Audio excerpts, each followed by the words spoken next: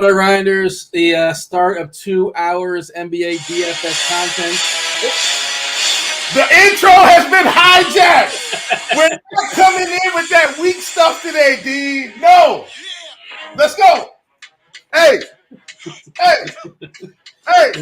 Copyright. Throw your hands in the air, people. Throw them in the air. 6 seconds. Look at 8 this right seconds. here. Yes, sir. That is the terrorist squad, according to the chat. And of course, I knew that. Hey. We probably should get that off. We're back. Let's go, people. Let's go. This show is on and popping today. Dean got me so crunk. Was rapping some Notorious B.I.G. before the show, and then he's gonna come in with that wonky same. Oh, we're not doing it. Lean back. Hey. All right, Dean. Back to you, brother. Let's go. That was a very, very kind of you. You're rounding up when you're saying that I was rapping. I was remembering a few lyrics, basically.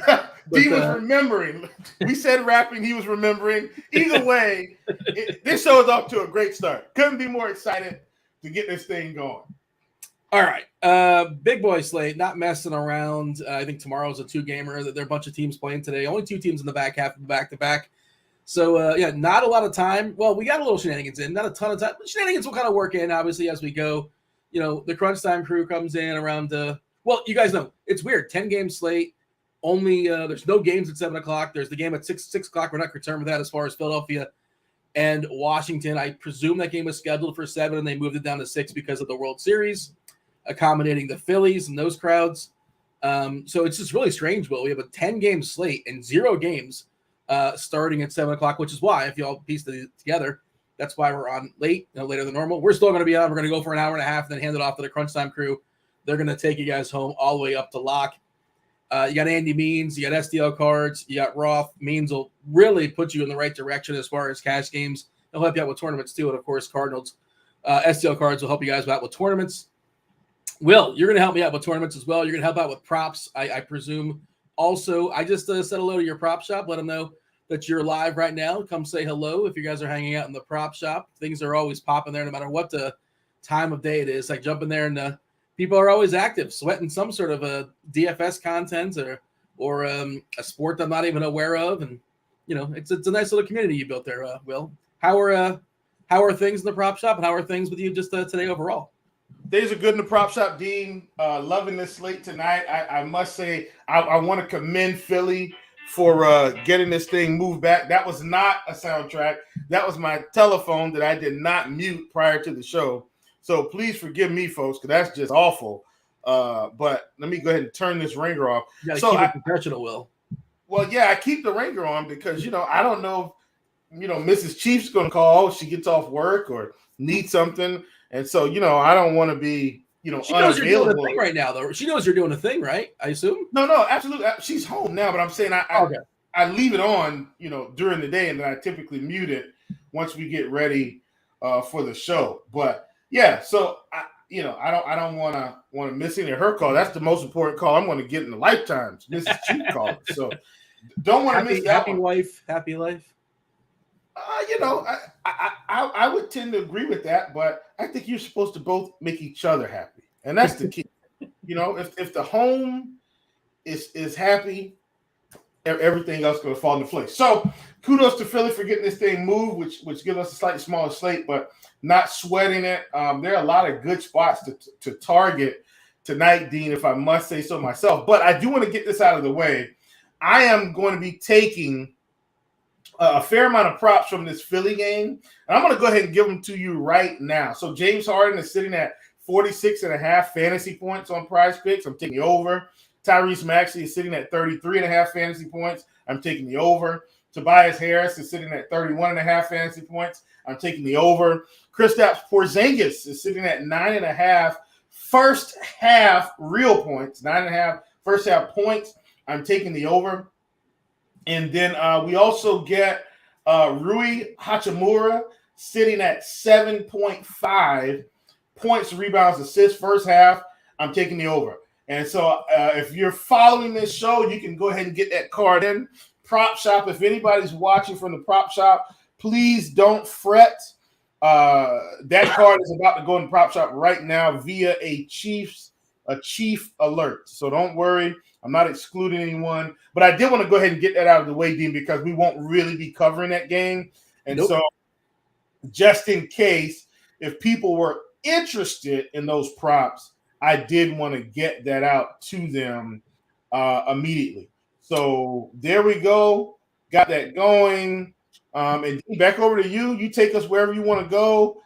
And let's just bring the energy, man. These people deserve the energy on Wednesday.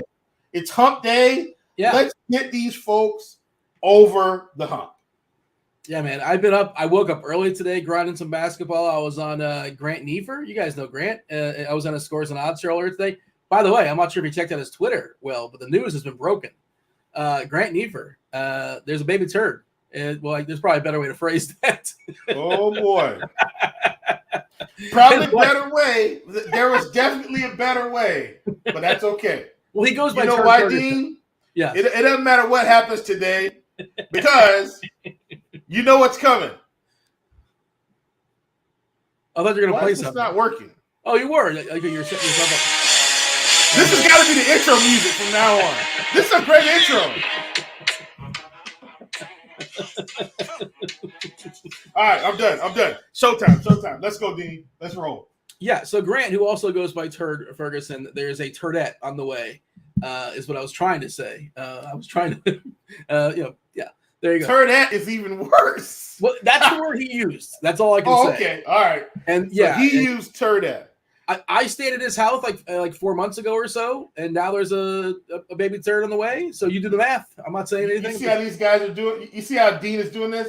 He wants to continuously remind us that hey, he took care of his best friend Grant's home while he was away. So Dean confirmed wants to make sure that he lets us know that it's they are friends. So. Anyway, it's all good, Dean. I'm gonna let's do a little role reversal here. Let's go with Wacky Wednesday. I'm gonna be Dean. You're gonna be Chief. Body parts. So looks like with Sacramento and Miami, we got a few body parts. De'Aaron Fox is out with a looks like he's out with a knee. Out with a knee. That's De'Aaron Fox. We've got Victor Oladipo, who continues to be out, also with a knee. And we had Tyler Hero, who was out with an eye, but he's going to play. And then that's going to wrap up body parts for this game. We've got Yurt 7 or Yurt 8, Yurt 9, however you want to count those up. He's out with an ankle. And so, Chief, what are we doing here in a game that should yield results for my Miami Heat? What are we doing for Sacramento, Miami? By the way, well done. Thibault is drawing the start for Philadelphia for what it's worth. I think that's good for your overs, just throwing it out there because Thibault is not a high-usage player. Hold on 1 second. Cloud LLC, I'm so glad you joined us. I took care of Melton for you, and he's not even playing tonight. That's how good I slapped him around. I'm just hoping I don't get fined or get any charges. Cloud LLC, that was for you. All right, Dean, back to our regular schedule. Is Melton? I'm not paying attention to that game. Is he not playing today? Is he hurt? Is that why Thibault's not playing today? Okay, interesting. All right. So you asked as far as Sacramento, Miami, and this is probably the chalkiest player on the entire slate. The absence of De'Aaron Fox. We're going to see Davion Mitchell, former lottery player, right? Good 3-and-D player, really good defensive player. He can be passive, but you also saw last year when he was basically the last man standing, he did a lot of work there for Sacramento. Not necessarily the greatest matchup here against Miami, but this is just a calculator play. We're projecting him for 35 minutes, which is, it's possible. That could be a little bit hot, but he probably plays at least 31, 32, 33. We saw Dellavedova back him up when he was basically the third point guard. But, if you're playing cash games today on DK specifically, he's your first man in. On FanDuel, probably too. I don't know if it's a lock and load on FanDuel, just kind of the way the prices work. I don't think so. It's not a lock and load, but he's in play. He's like 5K over there. But on DK specifically, Davion Mitchell, 48% is what we're seeing right now as far as the ownership. We saw Kevin Herter. He's been pretty good this year as well too. Good three ball. Obviously, that's kind of how he rides and dies. The price is still a little bit too cheap on him. I like Thibault. I like Herter a little bit. Harry Barnes, man, the price is depleted there because he's under 5K, but at this point, Harry Barnes is like about the least sexy play you can play. Probably doesn't kill you. He's almost definitely not going to make you. And then I think the tournament play here, Will, in this game, is Sabonis. We've seen Sabonis in the absence of Fox have big games. This year, he's been really handsy, so his minutes per minute has been down for that reason. He's fouled out several games. I'm pretty sure he's yet to hit a three. Like, that's going to happen sooner or later. He has that ability. Maybe it happens tonight. So, like, he's just kind of disappointed a little bit. And, again, the matchup's not great, but he's a guy that can suck up all the usage. I don't mind him for tournaments right out the gate. Mitchell's the super chalk play. I think Sabonis is an interesting tournament play as far as Sacramento. Where are you at as far as the Kings? Yeah, I think with the Kings, man, this team being down, they're playing a good team in Miami. So the first thing is, let's hope this doesn't get to a blowout quickly, right? Let's hope we get at least a close 3.5 quarters. And if so, then that means, all these Kings should be good to go. I even like Kevin Huerter a great deal in this spot at 5,500. I think he's another guy. I think this is going to be a slight uptick possibly for Malik Monk, possibly. I don't know for sure. I do think he's a tournament play. I don't think projections are going to necessarily agree per se. No. But I'm saying you have to take a shot. What if he gets out there and plays 28 minutes? Then now he may be close to some type of ceiling game for him, which could be 30, 35 points. I think he's got 30 and 40-point games sprinkled in this season. So I think he's an interesting play. Of course, Davion Mitchell is the guy. We're pretty positive he's going to play 30 minutes. I mean, he's we've got him at 35 for our projections, and then in terms of DraftKings, we got him projected for 27.77 fantasy points, which gives him a point per dollar. A result of 6.61, which is exactly what we're looking for. I think if we hit a whole bunch of 6.61 plays, we'd probably absolutely be across the cash line. But this could end up being a 10x play as well, depending on where he sits at the end of the night. So definitely that, like Davion, I don't think we're going to have any problems there. Sabonis, can somebody tell me why Sabonis has become Triple J this season? What him, Ben Simmons, Triple J, these guys, I don't know what kind of foul camp they went to, but Sabonis is now fouled out twice in back-to-back games. He's fouled out 3 times this season. And so while everybody's been, harassing Ben Simmons for him fouling out early, Sabonis is right behind him. So at 8,400, with Fox out, is he a good play? Yes. But man, this foul trouble, like I don't know what's going on. He's just very. I'm going to channel my inner Dean. He's been very handsy lately, and so we need those hands. Put them in your pockets on defense and pull them out when you need to shoot and rebound. Please, just stop fouling people. And then all in all, too, as well, as a result of him being so foul-heavy, I wish I could play Rashawn Holmes, but he's just not getting consistent minutes. If Holmes was getting 20 to 25 minutes a game, I would have been in, but as a result, I cannot. Keegan Murray is going to be okay, but at 6K, I don't feel the best about Keegan Murray against his Miami defense. Yeah, as far as the Miami side, with Hero expected to play with his eye, he's not right now on the injury report, so the presumption is he's gonna be good to go. All the Miami guys are basically priced where they should be. If you want to sit there and bet on Max Strus, like positive hitting 7 of his 11 threes, good luck. I don't think I'm doing it. It's a big slate. Nobody really stands out for me on Miami. Long story short, back-to-back for them. If this game gets squirrely, you got to imagine guys would get pulled a little bit earlier than they typically would. But even then, if it's played straight up, Butler at 8-8, you really need a big game. There's a lot of great studs today. Butler is kind of near the back of the line for me. I like Jimmy Butler, but, not tonight.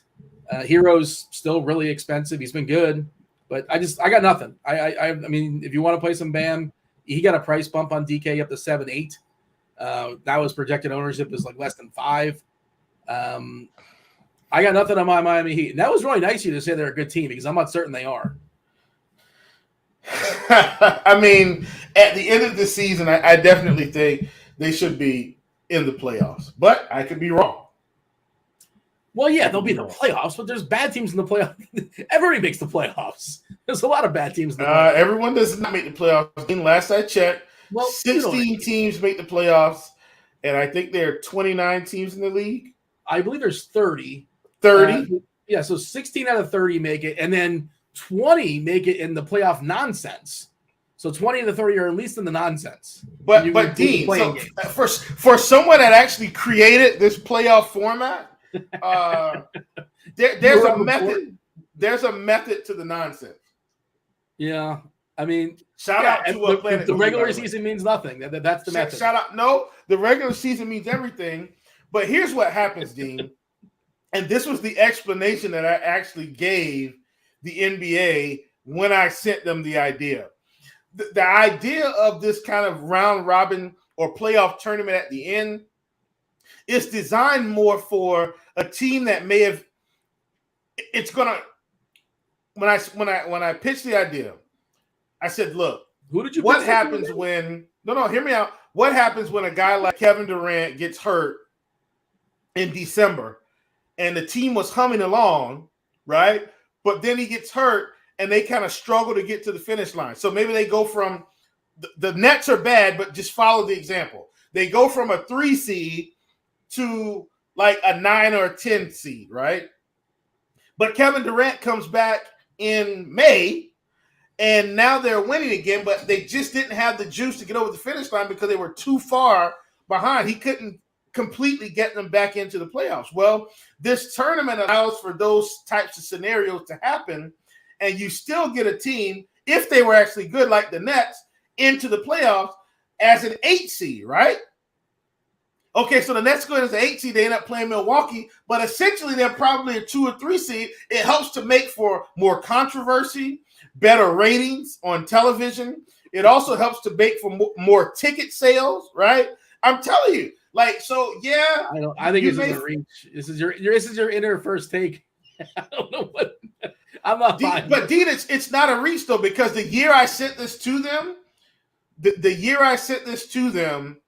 Steph Curry had gotten hurt and came back at the end of the season, or Clay, one of the two, and Zion got hurt at the beginning of the season and came back at the end of the season, and they had a chance to make the playoffs with him and Brandon Ingram. So it's not as far-fetched as you think for something like this to happen. But that was my perspective. Clearly the NBA agreed with it. They took it and ran with it, and here we are today.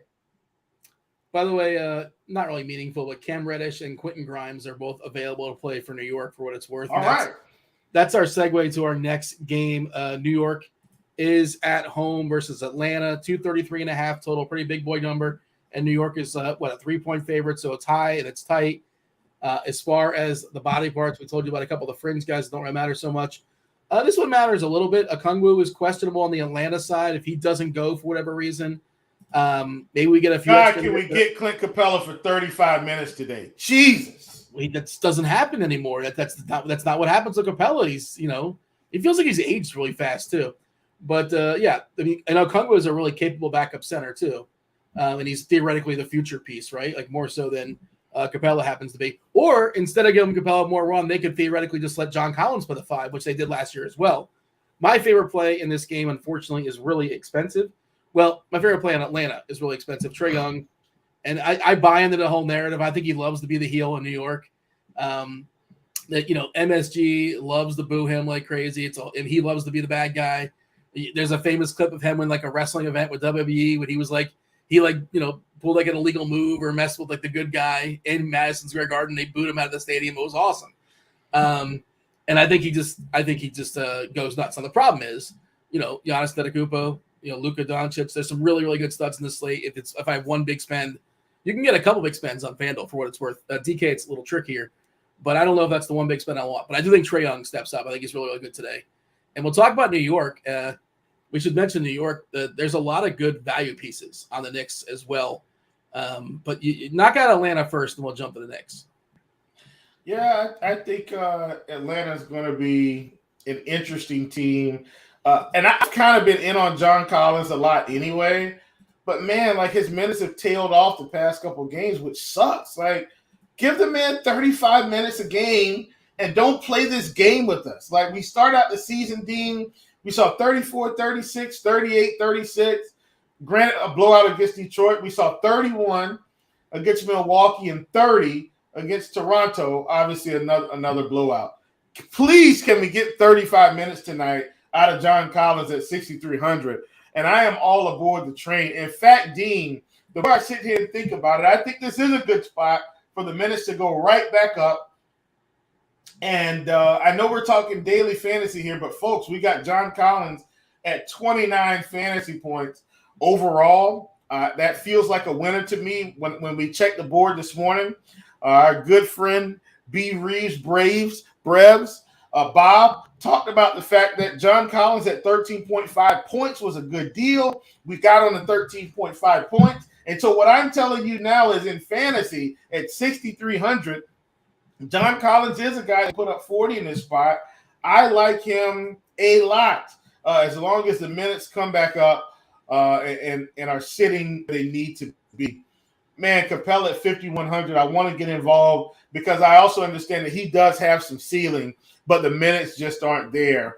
But if you're in tournaments, I do think he's a guy would sprinkle in and get rolling here. DeAndre Hunter playing pretty good minutes as well, but I think with all of that value in Sacramento, we probably don't want to get involved with him. 26 and 22 is the chop we currently have with Capella and Okongwu, splitting up those 48 center minutes for Atlanta. And again, stay tuned on Okongwu. He's questionable. See some people in chat saying that apparently lineup HQ is a little goofy for them. I'm not trying to build lineups, but apparently there's some kind of tech issue. If that happens to be continuing, producer Steve, if you don't mind notifying the tech team, let them know what's going on. Or they probably know. They're probably working on it right now, but want to get that straightened out, obviously. The New York side, we have big ownership numbers. Like Randall's just seems a little too cheap at 7.7 on DK. His price on Fanduel's really accommodating as well. Let me look at the Fanduel prices real quick too, because I think those are the ones that really dramatically are seeing some. Okay, so almost 30% ownership on RJ Barrett. You got to think the shooting is going to get right. He's just been, he's going to have a correction, going to start making some more buckets. The opportunity has been there. The minutes have been there as well. Randall's too cheap at 7.4. Not the same exact situation as it has been in the past, but like he was not a 7.4 player the last couple seasons. Should note also DeJounte Murray, you're getting a discount on FanDuel. He's a pretty solid play at 8.7K. Might even show up in some cash optimals. Wouldn't surprise me. Mitch Rob, pretty cheap. I love the backup centers in this game, but like it's just depending on who gets the minutes and how they chop it up. We're giving 28 to Mitch Rob, and I presume 20 to Hartenstein. Mitch Rob can get in foul trouble. That's something he can do, and Hartenstein can just flat out outplay him. We've seen that before as well, where that just flips and Hartenstein all of a sudden gets 30 minutes. That's stuff you want to do in tournaments, large fields. If you're feeling ambitious, but Hartenstein a good fantasy point minute player if he somehow flips those minutes and gets like 25 plus or so. And Mitch Rob, he's played 28 and 27 in the past two for what it's worth. Yeah, like he can find a path, but it's fragile. It's fragile. Like it's. His range of minutes is greater than most others. Like No. You go ahead, Dean. You go ahead. I was just saying, like he can play 19 minutes and he can play 31 minutes, and neither one would surprise me. And you take shots. Yeah, absolutely. Somebody needs to get Obi Toppin out of New York. Like just make a trade, go get him, and see what that. Like, is he good? Well, that we don't really know. I don't think, Dean. Like when he gets minutes, he's productive. But they won't give him any real minutes. And once again, the coaches are there. But, hey, somebody go get Obi Toppin, make a trade for a second rounder. I know he was a first rounder. Just go get him out of there, free him up. Who's going to trade for him? Who's actually going to give him a chance? Like, where are the minutes open? I mean, I think he could fit in with, one of these young teams. Heck, come on to Charlotte because, Miles Bridges is, we know what's going on there. He's going to sign with Brooklyn, right? That's the joke. So let's go get him and let's give him meaningful minutes and see what we actually have. At any rate, Julius Randle at 7,700. I think he's a good play. Probably one of the best plays on the Knicks today. I really like him a lot. He's kind of my favorite Knick. I don't mind Mitch Rob at 4,900. Like it's still slightly too cheap. He's got probably, I would say his real ceiling is on a general sense is 40. and his super ceiling is like 50. But it's going to be real hard for him to get 50. He's going to need 4 or 5 blocks in that game, maybe even 8 to get there, or he's going to need a baby double-double, like 10 and 10 and a couple blocks. And probably doesn't get that tonight against Atlanta, but they definitely will need some size while Capella's out there. I feel confident that he'll get at least 25 minutes, and in those 25 minutes, he could be very productive. So I don't mind exposure to Mitch Rob for 4,900. The price is really more dictating the exposure than his actual production, if that makes sense. Who's your favorite actual minutes? Favorite player on each side of this game? Julius Randle and John Collins. Yeah. I mean, running some stuff before the show, I was getting like too much Randall and too much Barrett, but like their prices are pretty good. Somebody asked about Evan Fournier. Evan Fournier, he starts, but he's unlikely to finish. We see quickly close a good bit. Yeah, so if you're going to play Evan Fournier, and I don't advise it, you better get your fantasy points early. Anything else you got as far as this game? Yeah, nothing else. We can move it. Tyler Hero officially going to be available with his eye. Speaking of eyes, Darius Garland, he's got an eye as well. They're saying he's likely to play in shorter stints, which is interesting. He's it was just an eye. Like he's been working out. He's been practicing. It was just an eyesight thing. Okay, so maybe his minutes get cut a little bit. I was wondering if he would start because Cleveland's played really well in his absence, and that's kind of a good segue in the last 7:30 game. 220 is the total. Boston Celtics at Cleveland. We got Boston as a 1.5 point road favorite. And let me just say, Dean, outside of the one day that I said Mitchell was going to outscore KD, 51 fantasy points and 69 fantasy points. One day. The key to life, Chief, is timing. You know? You know what? Listen, I can't agree with you more. My fiance couldn't agree with you more. It's timing. Timing is a huge, huge part of things working out in your favor. And I'm not going to get into Dr. Will mode because I am very, listen, I like to have these types of conversations about how things are woven together in your life and how you look at this scenario and that scenario and how that affects an outcome. And here's what's going to happen tonight in Cleveland. Darius Garland is coming back, and that's going to impact the outcome of this game. I definitely think it's going to. My goodness, Jimmy Butler is out. Yeah. Fire. Man, let me go in and start bumping up. Dean, you go ahead and start talking. I got to go ahead and get in some props real quick if they're even still available. Well, tell us what props are hitting. I assume you're hitting, Hero. My gosh. Lowry. Just hit over whenever you can hit. Yeah. Oh man, this is insane. This is insane. Please, give me Mitchell. Give me. This is a back-to-back. Oh, they're gone. Hey, PrizePicks has been on. When I've seen, they've been really quick on the button as far as pulling players. We'll see who draws to start. It's a 7:30 game. We'll get it, before lock. Obviously, I'm trying to think who it would be.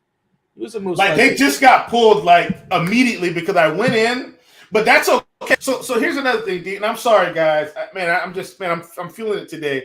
One of the things you can always do, they're going to pull the team that has the player missing. They're not going to pull the other side of the game, which actually helps out Davion Mitchell. So I'm going to go with him over 26.5 fantasy. I think it helps Sabonis. Doesn't hurt him.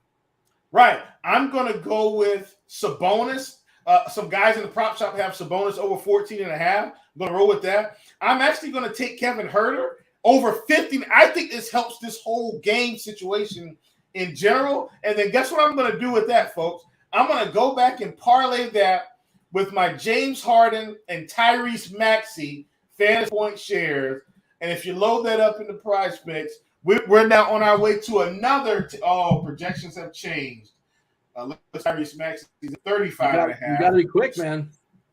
No, so what I'm going to do is I'm going to take Tyrese Maxey, and I'm going to take 22.5 points, and I'll take that for the over rather than the fantasy points.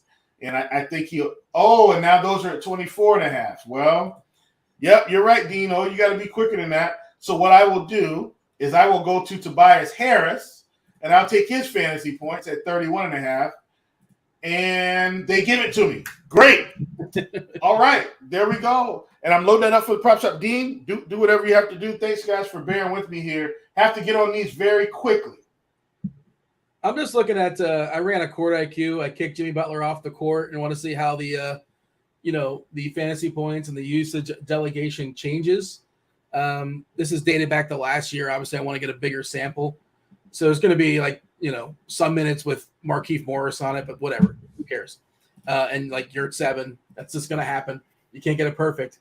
And if you keep whittling it down, your sample is going to be small as well. But Hero, 30.7% usage when Butler is off the court.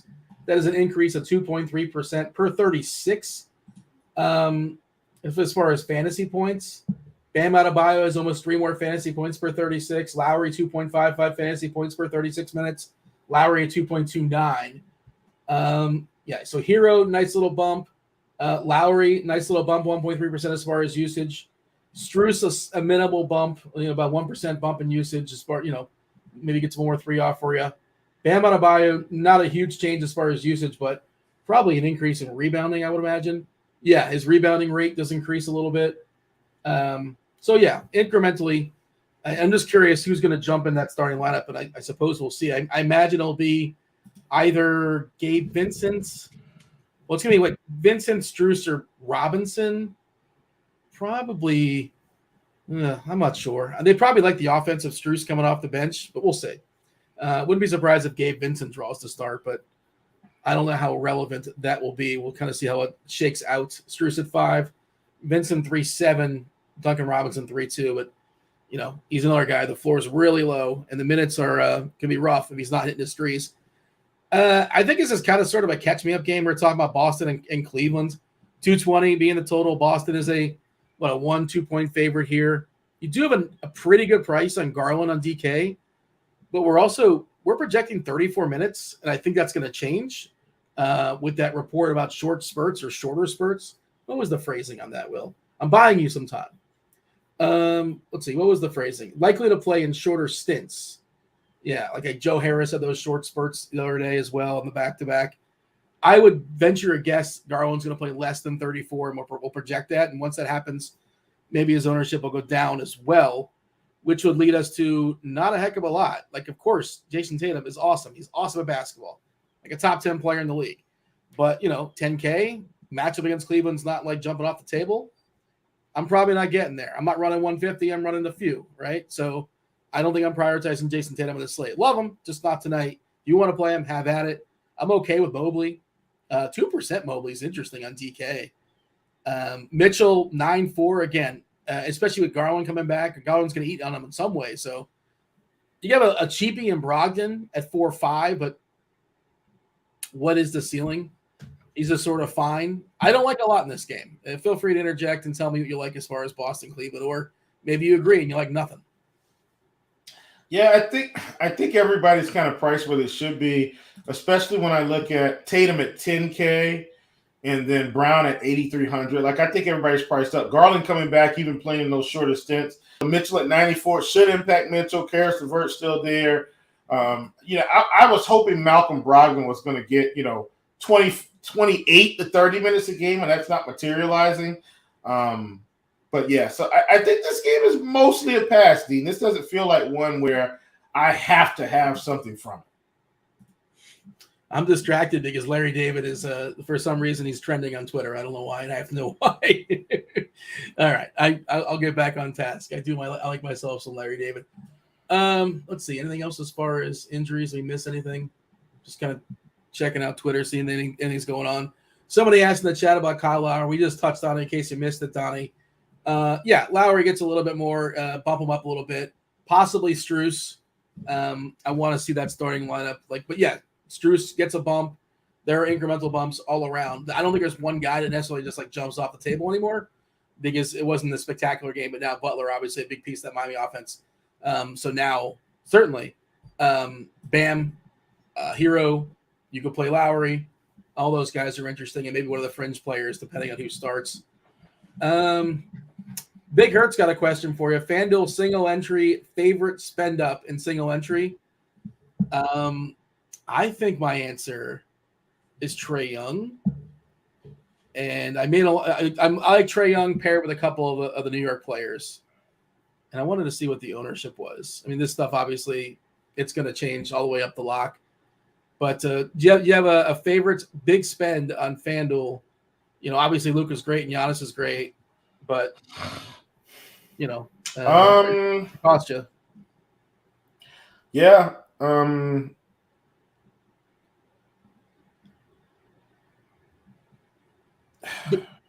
you struggling? Take me through. I don't really have a favorite today per se. Like, believe it or not, my favorite spin up is probably Vooch, but he's not really a spin up, if that makes any sense. And it's really just these matchups. So now that Jimmy Butler is out, like Bam's probably a must play here. Tyler Hero at 6. Like, I don't really care about the 12K player now that we have so many. So many guys out. You're probably going to play Davion Mitchell. Keegan Murray isn't bad now on FanDuel as well. But Hero at 68 is probably in play. Bam's in play. That's what I'm saying. I don't feel like I have a spin up that I have to get to, considering all these other spots that we have. Like, is Paul George considered a spin up at 9K against Houston? Probably not. I like him a bunch as well. Yeah, those are. Yeah, so Paul George may be it, but those are the types of plays I'm looking at tonight because I can get a lot of these 6 and 7 and 4K guys in, and I feel like I have a lot of upside there. We'll get to that game, and that's one of those rematches. You know, the NBA schedule these days, the new schedule, they scheduled a lot of, like, you play in this city, you chill for a couple days in the same city, and then you play again at the same. You go back to the arena, just save time on travel and all that kind of stuff, save some miles. Paul George, I don't know if you watched that game where the Clippers faced Houston, but he was insane. He was awesome. I think Paul had, in terms of fantasy points, I think he had like 30 in the first half or something crazy. He had a pile of stocks, which helped, but like he was just thinking, he was. But you expect that against a bad team and a bad free flowing team in Houston, like that's where the blocks and steals are going to come from. Yeah, he was really, really impressive. We'll talk about that game because Şengün's kind of popping too, and like he didn't close because KJ Martin was so good they couldn't take him off the court. KJ went off. They just couldn't take him off the court, and Şengün was pissed. Like, he was not happy that he did not close that game. Well, Dean, I mean, you want to go ahead and talk about that game since we're there? I mean, no, we'll get to it. There's this little, we just teased it a little bit, and I was just thinking like game stack wise. The Big Hurts question has kind of got me started in that conversation in my head, and like I played. So like what I'll do sometimes is I want to play Trae with a couple of these guys on New York. I like the price for Barrett. I like the price for Randall. I think the price for Robinson's fine. And so I was like, I'll go to lineup HQ and I'll lock in Young. I'll lock in Randall and I'll lock in Barrett, or like say I'll give me two guys on New York, and then I'll see what it spits out. Like I don't like to just like hit optimize, and then I'll kind of look around, and then I'll say, oh wait, then maybe I can get another little mini stack with these two players. That's kind of sort of one way I build my lineups when I have time. A lot of times I don't have time, and I'm just kind of scrambling and putting in players I like, or backloading my rosters. Another thing I think we'll talk about it soon enough. After this Toronto, you're done with Cleveland, Boston, right? Yeah. Okay, so this game I think is a really interesting game as far as stacking. 10 gamers, so like you can only stack so much on 10 games. Like I wouldn't go completely nuts. But San Antonio Spurs are at home versus Toronto Raptors. They're like 7 or 8 point dogs here. FEV last we saw, let me check. He's still questionable, right? Freddie VanVleet. Just want to confirm that no news has dropped as far as Jimmy Butler, the last thing we saw as far as him being out. Yeah, FEV is questionable. If he doesn't play, especially that Toronto rotation is going to be so condensed.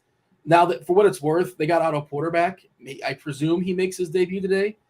I imagine it's not that many minutes, but I don't know. Probably takes away from Koloko and Boucher and maybe a little bit from Precious or something like that. But the way the minutes condensed that Toronto side with Scotty Barnes and Pascal and Trent and Anunoby and other guys, speaking of guys with stocks, he went absolutely ballistic last time with his stock game. Maybe he had like 7 or 8 or 9 combination of steals and blocks, which really thrives when you play on FanDuel. Each of those were 3 points, 2 on DK, obviously. But the other side, New Orleans. No, the other side, we have I'm losing my team for some reason.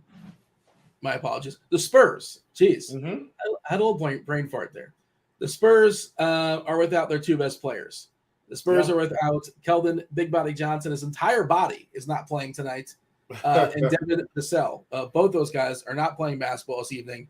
Now, they might just get walloped. They're only like 8-point dogs, but seems a little low. But they're the home team, I suppose. Richardson's dealing with a back, but he's expected to go with his back. And Jeremy Sohan, don't mess with him. He's in despite the fact he was not feeling particularly well. But this game feels like a really interesting game stack because Toronto, especially if FVV doesn't go, you know exactly where those fantasy points are going to be delegated.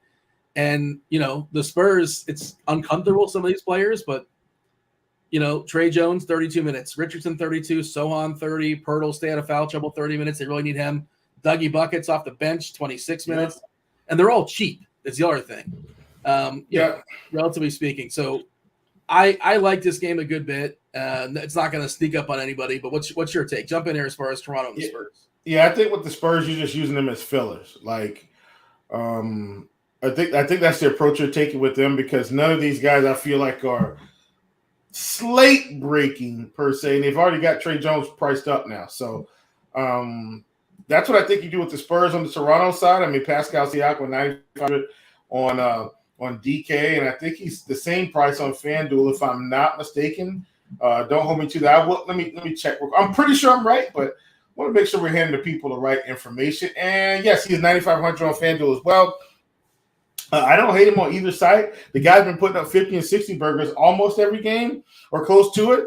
And so in a matchup with the Spurs, he should be able to, go incredibly nuts here. And let's hope he can get it done without the blowout happening too hard. So I like it a lot. And, he's one of my favorite plays on the night as well. Like, once again, just kind of living in this 6 to 9K range for what I'm going to consider spend ups tonight.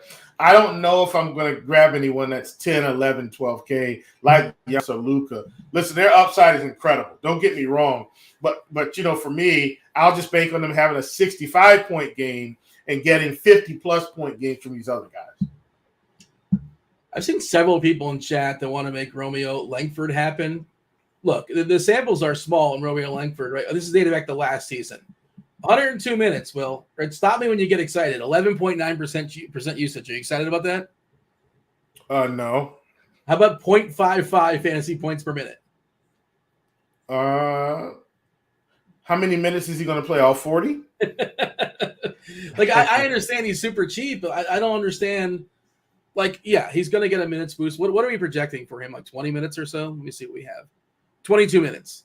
We're projecting 22 minutes and 12 fantasy points, which, like, there is some variance to that. And he certainly can pump out 20, and I guess 20 at 3.2K theoretically might be useful. It opens up, if it's useful if you're playing Giannis or Luka, those guys put up 80, then it's useful, right? But yeah, absolutely. And they're talking about Bates Diop as well, and that's another one. Yeah, Bates Diop, he very well may get some minutes, like I said. But once again, folks, for me, I'm viewing the Spurs as fillers. I just don't consider them primary plays for any type of tournament builds that I'm trying to get involved in. He played 34 minutes last game. What happened? Was there in-game injuries? Why did he play 34? There's got to be a reason why he played 34 that I don't recall for some reason. Maybe you can pull up. Yeah, Pirtle revenge game, by the way. Yeah. Lonnie Walker is not on that team anymore, Nate. He's on the Lakers. Yep, unless you're just asking about Lonnie Walker independent of our conversation. Just happened to work out that way. Yeah, KBD is another guy, like low usage guy, 15.6% and 0.78 fantasy points per minute. Like, again, a couple of these guys are going to break through just because math says this is how it works. I just wouldn't trust. Why aren't we first looking at Sohan and Josh Richardson and McDermott? Like, McDermott's going to shoot. He'll be out there for 25 minutes, and he can hit 5 or 6 threes. Like, that's possible. He's not going to do a heck of a lot else. He'll pepper the box score a little bit. But why are we starting with Langford is kind of my question. What am I missing? I don't want to play Langford. That's nothing against Langford. I'm just saying, like, I don't think he's necessary. Once again, I will repeat, I view the Spurs as fillers in tournaments tonight, not primary plays. Oh, I view them as some of them as kind of primary. Well, I don't know what you define as primary. Like, I think they're more useful than you do. It sounds like. No. I'm saying when I say fillers, I'm saying I don't feel like I need to completely go out of my way to roster any one player. I'm saying they all have similar upside. Like Josh Richardson's 5,800 is probably similar to what's this other guy here? The power forward. Jesus. He's similar to Sochan, who's going to be similar to Dougie McBuckets, depending on how the minutes shake out. Like that's really what I'm saying. It's not, so I'm not saying the Spurs are good plays. I'm saying I don't know which one of these guys is actually going to have the upside tonight. I don't know because their other guys are out. So I would just kind of round robin Sochan and Dougie McBuckets and Bates Diop. You know that these guys are going to play minutes. Like Richardson's definitely going to play minutes. Trey Jones is definitely going to play minutes. And Podol's is definitely going to play minutes. And after that, everybody's getting 25 to 30 minutes. And I don't know how that 25 to 30 is going to shake out, whether they're playing well or they've got their schedule. You get what I'm saying? So I don't want to pigeonhole myself into saying this is the guy. I don't know who the guy is. I know these guys are for sure going to play minutes, and these other handful of 3 to 4 guys are going to play some minutes. And how that shakes out, I have no clue with Greg Popovich. Do you remember the cinematic triumph that was "Don't mess with the Zohan"? Don't mess with the Zohan. Yeah, that's how you know. I did the same thing, and I heard Andy say it too, and I had the thought before Andy said it. But that's how I know how to pronounce Jeremy Sohan's name. It rhymes with Zohan. I got you. So listen, I know, and I'm reading the chat, and they're saying, well, if the Spurs get blown out, then the fringe guys are going to eat. Not necessarily, guys. Like that. That's a myth. Okay, just because the Spurs get blown out doesn't mean suddenly Keita Bates-Diop's going to go for 40 fantasy points. It does not mean Sochan's going for 40 fantasy. Like that's not means. Minutes do equal opportunity, and I understand that, but I'm just throwing some caution here with the Spurs. Okay, just let's temper our expectations a little bit. I'm not saying don't play them. I'm saying we don't know who the guy is going to be. And it's not going to be like 5 of them. It's going to be 1, maybe 2. Oh, I just want to say, I pulled up the last game. Langford did draw the start in that game. He played 34 plus minutes. He went 7-7, by the way, in 34 minutes. Good for him. Blake Wesley's no longer on the team, or he's injured. He's not going to be playing. His 8 minutes go away. Of course, Keldon Johnson. So, is it possible Langford draws the start? Then all of a sudden I'll change my mind. Like, I'll play. If you give me 34 minutes of Langford, he's going to eke his way, but he should get there. But our projections, we're currently projecting, I think, Collins to start, it looks like. I think we're projecting to start at the 4. Pirtle, Jones, Richardson. But now you're my point, Dean. But you get what I'm saying? Yeah. Now you're proving my point. Is it Langford? Is it it's going to be somebody though, right? But you don't know, so that's why I'm saying use them as fillers. Play one, play the next one, play the next one, play the next one. But I wouldn't be playing 4 Spurs in my lineup. Is what I'm saying. Like your lineup's going to suck. Yeah, and I'm looking at this lineup also. Sohan and Richardson did not play as well, but again, Keldon played 38 minutes, and now he's not playing tonight. Also, it's kind of a wait and see. And also the Spurs kind of don't care. The Popovich don't care, man. He doesn't care about your fantasy team.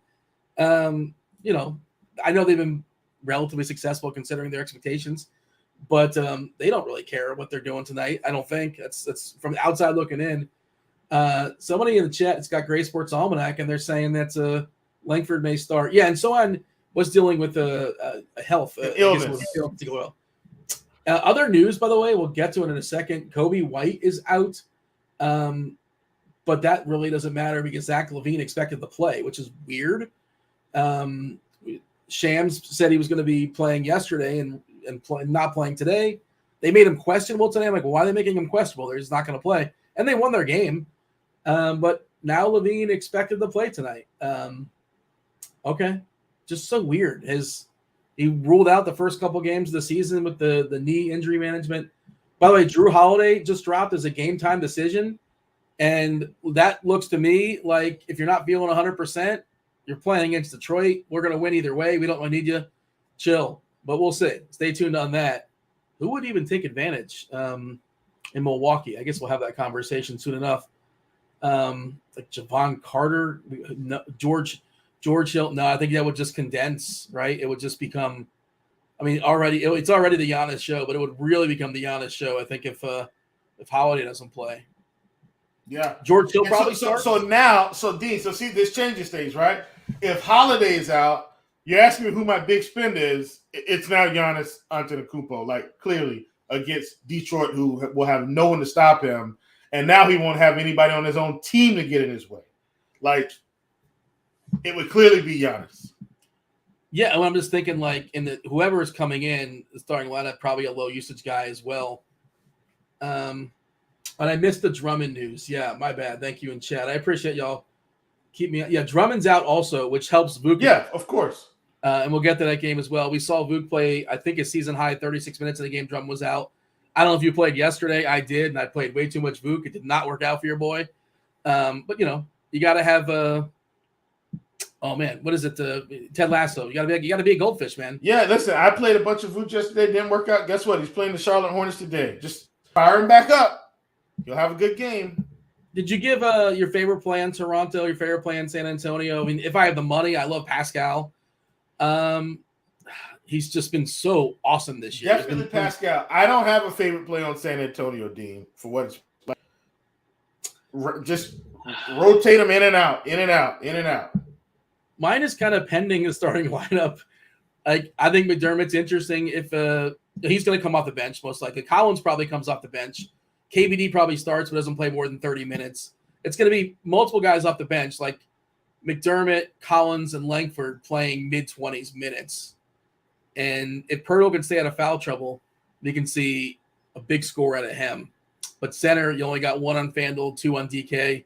If you're using that utility spot, you got to use it wisely. Ugh. I don't know who my favorite play on San Antonio is, but I'm working them all in. At least that's – and I haven't done anything with the Heat yet. Obviously, the Heat stuff can change.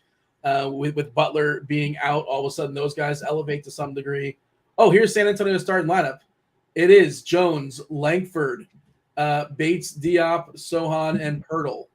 So Richardson not starting. Okay. Interesting. So Langford will get a bump in minutes. Richardson will get pulled back, and all right, man. I guess Langford's really bad at DFS. He's super cheap, and if he plays 30 minutes or so, he might eke it. There we go, Gator Nation. I do like that. I do like that call. My boy Gator Nation here is saying, hey, Cade is going to eat if there's no Drew Holiday. And I do agree with that because I do value Drew Holiday's on-ball defense in certain situations, which Cade had a big game the last game they played, don't get me wrong. But with no Drew, definitely feels like Cade should have a huge game. Gator Nation, that's what I'm like. Those are the kind of thoughts I like to hear. Those are my type of thoughts there. Yes, sir. I've seen multiple people saying Sohan's going to have his minutes limited. I haven't seen that. Like, either he's playing or he's not playing, but maybe, I don't know. We'll see. But is that because of the illness? Is that why? I assume if he's playing, he can just go. Let's see. Did the Drew Holiday thing? Drew is probable. That was from John. Did that change already? Because the news just dropped. Maybe John missed. So look, I don't keep my tweet deck up anymore, Dean, because I don't want to. What did you say? Holiday game time decision. So GTD. Yeah. Okay. Yeah, John, appreciate you trying to help out, but you got to stay on top of the news here. It's just always changing, obviously. Okongwu remains questionable. Yeah, and again, this is the other thing. Is like, don't make any plans tonight. There's 11 games, or is it 10 games or 11 games? I can't remember if that's 10 or 11. Not including. And this is why, once again, if you have something to do, like just don't play NBA DFS at lock. Like just good thing I have the NFL show tonight, 9:00, right? And swapping out some lineups. Dean, or you could play some Showdown. But don't, like, if you have something to do, like, go ahead and hang it up right now. Like just get away. We have 1, 2, 3, 4, 5, 6 games to go. We got to pick up the pace. Will, of course, the Crunch Time crew coming in about a half hour. You got Andy Means help you guys out with. Porzingis has already hit the first half points, by the way. Yeah, I liked Porzingis today. Are they after the first quarter or something? What I thought Zinger was going to. Yeah, we took his first half points at 9.5. He's already scored 11. All right, Charlotte, your Charlotte Hornets. We gotta be more concise here, Will. No more nonsense. 223 is the I'm good, man. I'm ready. The Bulls are 4-point favorites versus your Hornets. Now, again, Levine expected to play. We're getting Drummond sitting, and who was out? Kobe White was also out too. So there you go. Is that the same situation as yesterday? It's the same as yesterday, right? Okay. We saw Patrick Williams play pretty well as a cheapie too. It was nice to see him because he's been underwhelming more than not, and he was kind of a cheapie that I liked earlier today. And picking on your Hornets is something I like to do as well. But I'll throw it to you. What do you like as far as this game?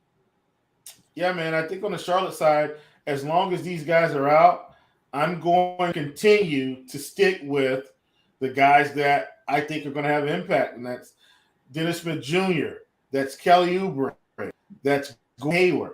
You know, you can sprinkle in some P.J. Washington at 5,700, who's been shooting out of his mind, and sprinkle in some Plumlee. Like, those are the guys I want to get involved with. Jalen McDaniels is going to, he's going to play a little bit as well, and he's been playing fine. Getting anywhere from upper 20s to lower 30s minutes. So if you want to sprinkle him in, you can. But this should be a really good game here. And I'm going to go ahead and hop one over to the Chicago side since we need to stay concise. DeMar DeRozan at 8,500. No Zach LaVine. Really good play. Favorite play on the board for me in this game? No Nikola Vucevic. 8K on DK and on FanDuel. He is 8.4K.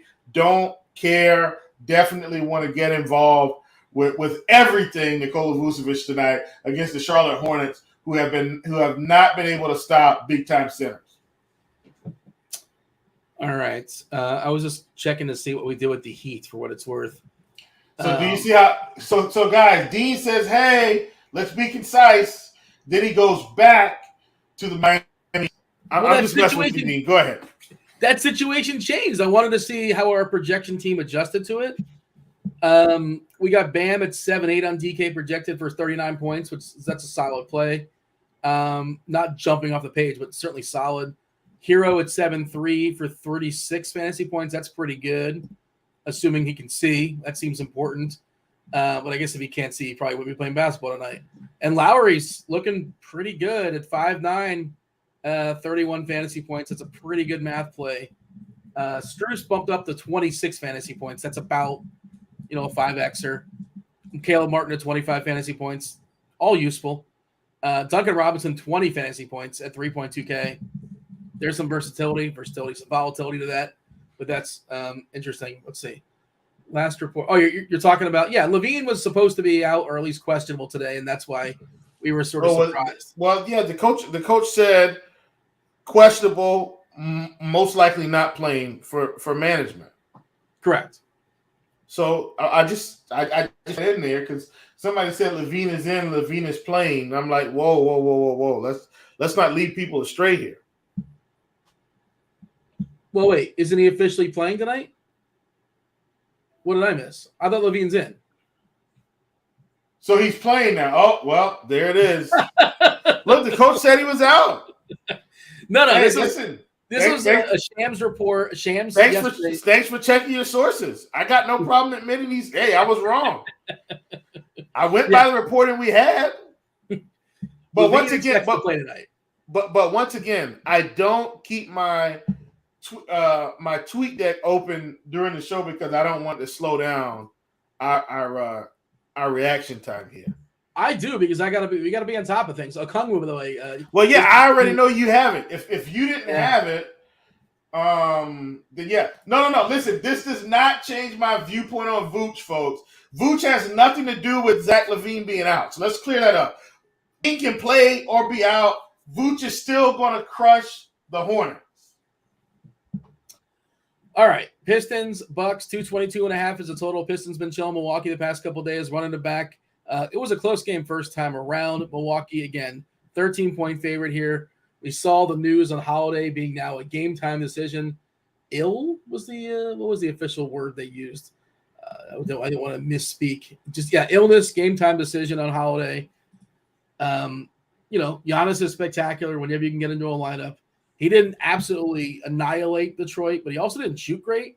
Like theoretically, there's certainly I saw Andy wrote today in the core plays. Like he said no less than 58 fantasy points this year. I think that's the number. I mean, if it's 58, I don't want him. I X him out. Just we live in the world with salary cap. But good game, Giannis. But you're not really useful at 58 fantasy points. Assuming everybody's healthy on Milwaukee, your thoughts, and then what if Holiday does not play? If Holiday does not play, I'm still in on Giannis. Like, period. In. No doubt about it. I don't know if we're getting trolled in chat, but Shannon says, I think DeRozan smashes without LaVine. Yes, he would smash without LaVine, but LaVine is in. He still might smash. Listen, just for the record, just so people know, the coach did say Zach LaVine was most likely not going to play earlier today, and now he's playing. So I don't want anybody to misconstrue that like this absolutely happened. Like we didn't Chief, make this up. Are you sitting down, Chief? Rozier and Cody Martin for the 19th straight game went from doubtful to out. Can you just rule these guys out for a month? Like, what are we doing? We're wasting time. Yeah, that's what we need to do. This is nonsense. Every single day, these guys are doubtful. They're just not going to play. Also, FVV, Freddie VanVleet, out. Yeah. So Toronto's rotation is really, really condensed. Man, you gotta love Toronto today. Oh, you're going to get 36, 37, 38, 39, 40 minutes out of Trent, OG, Barnes, Pascal. All four of those guys look good. And I picked the right run backs with San Antonio. I like that as a game stack. Yeah, absolutely. Love it. You mentioned Cunningham, and like that's sort of tied to like Cunningham's not cheap, but like if this game theoretically somehow stays close, you have to assume Cunningham's doing his thing. I know Beef Steve's got a pretty good price. Look, we can say what we want, but Cade at 8,100. If Drew is out, I mean, look, he had a good game with Drew in. If he's out, I would consider. I mean, Cade last 4 games, Dean, 48, 59, 51, 48. I'm in. Like I don't have a problem taking Cade at 8,100 here. Yeah, I mean, if I'm playing Cunningham, I feel like I have to play Giannis, basically. That's kind of where I'm at. I think they're tied. I mean, I don't think Giannis needs to be paired with Cade, but I think if you're playing Cade, I'm probably pairing Giannis with him. Because if Cade's playing well and he's getting enough to play 37 minutes, I assume Giannis is playing with him. And especially if Holiday doesn't go, which we'll see. Stay tuned. Do you agree? Or maybe like you could pair like Portis, or if Holiday's playing Holiday, I guess. But I'm a little bit apprehensive now on Holiday. But I just don't think I play Cunningham a la carte in that game and running back with 0 players. Did I mention Lopez as well? Lopez has been playing fabulous. What a Portis or Lopez or Giannis, I would run it back with a buck if I'm playing Cunningham, at least a buck. Yeah, and guess what? Lopez has been smashing. He's still 5,400, and Bobby Portis is still 6K. How crazy is that? Hold on, I'm sorry. I see projections changing. Oh, he's got Mike Malachi Flynn and Birch. Oh boy, Dean is so discombobulated with. I apologize. My gosh. I'm sorry. I'm trying to stay on top of everything, and trying to keep the show moving. I think we're kind of sort of somewhat back on pace now. There's 4 games left. We got about 20-ish minutes. We can knock this out. I want to answer some questions in chat too. Feel free. If they're organically along with the conversation, that's great. Otherwise, whatever you're thinking about, feel free to fire them off. We'll do our best to address those as we move along. Clippers, again, another rematch. Yeah, you have any more to say as far as Detroit, Milwaukee? You want to move along?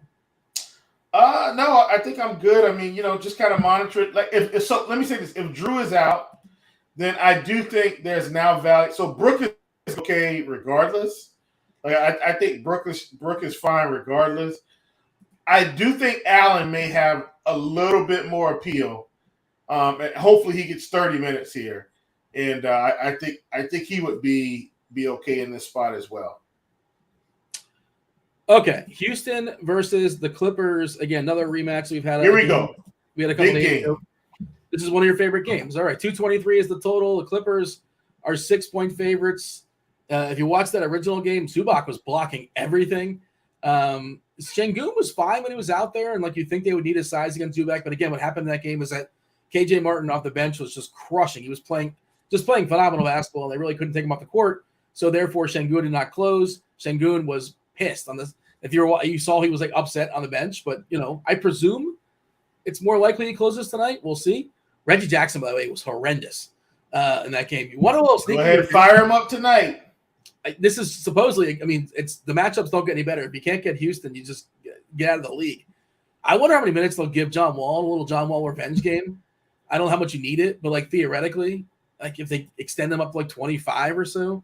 But I'm just probably maybe if like a night slate or like a showdown slate, John Wall's more in play. But the key piece on the Clippers is Paul George.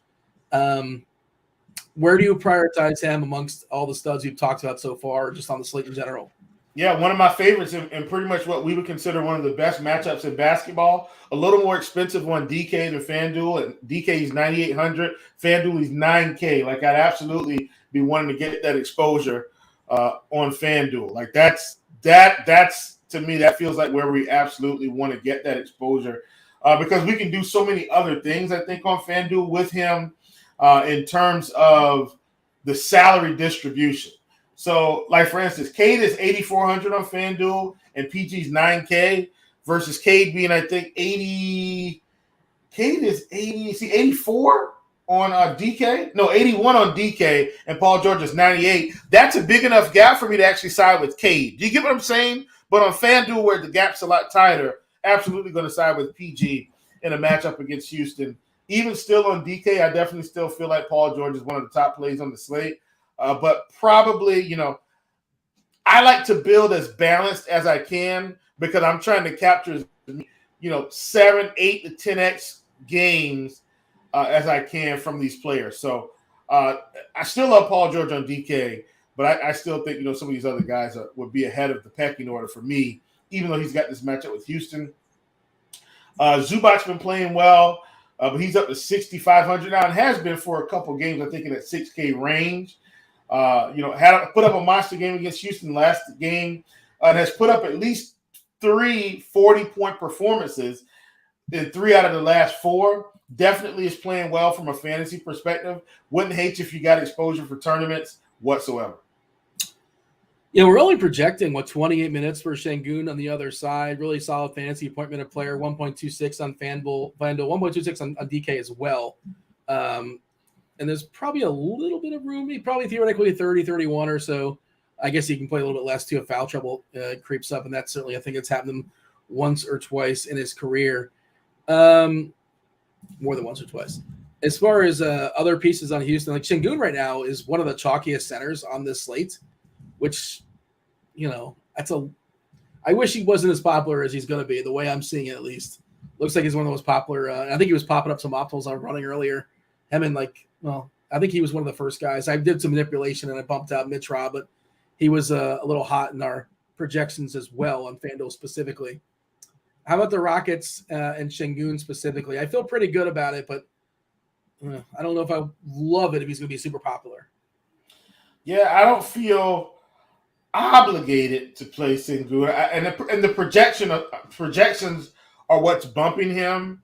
I don't know if his anger issue at the end of the game is going to give him more minutes, but I don't feel like he's someone I have to play, to be honest with you. In fact, I've secretly and openly been taking Şengün unders for first half fantasy points, and it's been working out just fine for me almost every game. So I don't feel like Şengün is a must play. That's one where I probably hit the X button on him.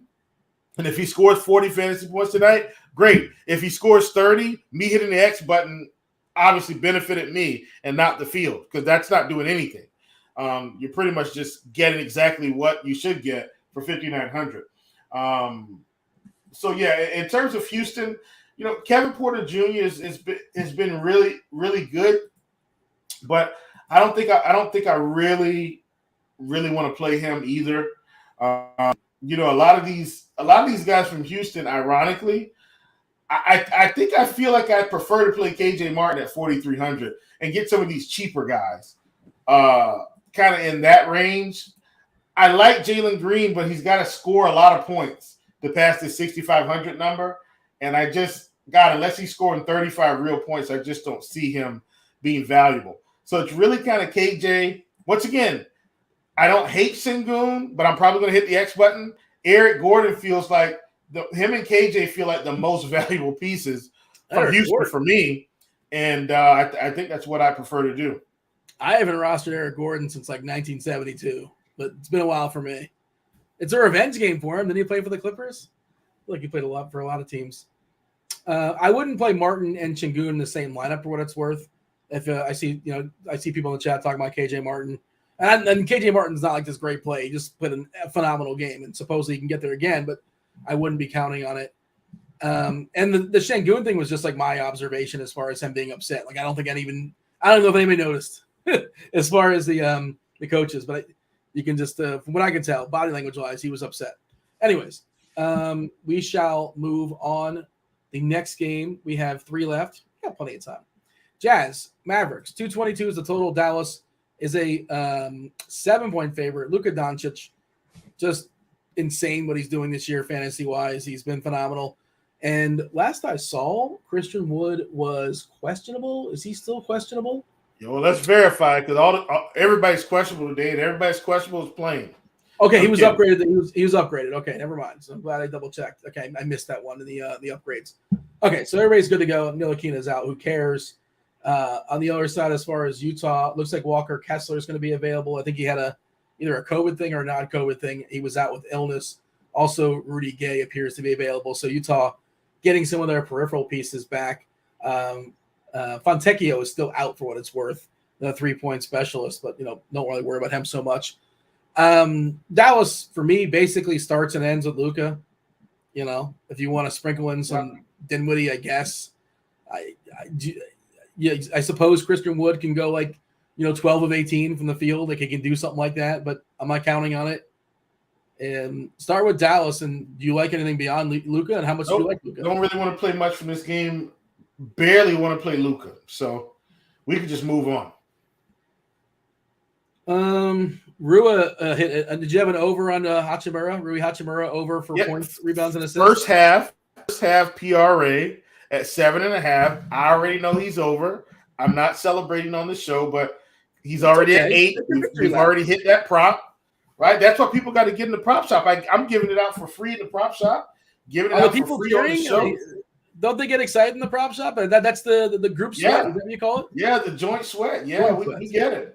There you go. I'm checking it out. I know people get excited. You're all rooting for the same thing, so you're on the same side. Exactly. All rooting for the same thing. That's the key.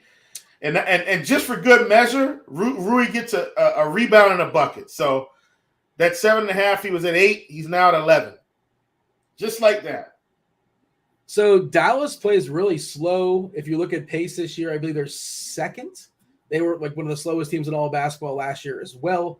So no surprise. Let's see. Yeah, Dallas is second right behind Philadelphia. Utah has been overachieving this year. Good for them. They've been playing pretty fast too.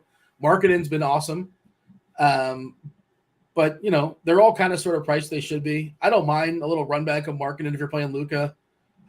But I'm not really prioritizing anybody on the Utah side. I saw somebody saying playing Sexton, and I don't see that. Why am I playing Sexton? You playing Sexton? I don't think I am. Never. Why are we excited about Colin Sexton? Because I'm not. He picked up some minutes here recently when some guys were out. But look, man, listen, I don't if I'm not playing someone, like I'm not playing them. Like I don't feel like this Dallas Utah game is going to make or break whether or not I win a tournament tonight. Outside of Luka putting up some monster number, and I'm not even playing Luka tonight, Dean. Like once again, that's not an indictment on Luka. It's just the slate. Like I prefer to approach the slate a different way, and that's why we provide our opinion, but ultimately it's your lineups. Once again, some of the best advice you can accept from me is some advice I got from JM to Win, which says the best way to be contrarian is to think for yourself. And so when I come on this show, I'm not trying to give you what the field is doing. I'm talking through what I'm thinking is going to be advantageous for tournaments, and then you can decide whether you like it or not, and also include your philosophy, and help put you on something that maybe you weren't thinking about at the end of the day. And if I can help you do that one thing, then I feel like I've accomplished my job here. By the way, as far as Sexton, we got him projected for 24 minutes. I don't see much more of a ceiling on that. And Sexton's like all about scoring. He doesn't do anything else, and he's not even a great scorer. I know he's cheap, so I guess, but like I'm not running 150 lineups. Even if I was running 150, probably wouldn't make my lineup. Maybe like a pinch. But I don't really see it. But you have to acknowledge how good marketing's been. But he's also his price has adjusted 7.6K. He's been awesome.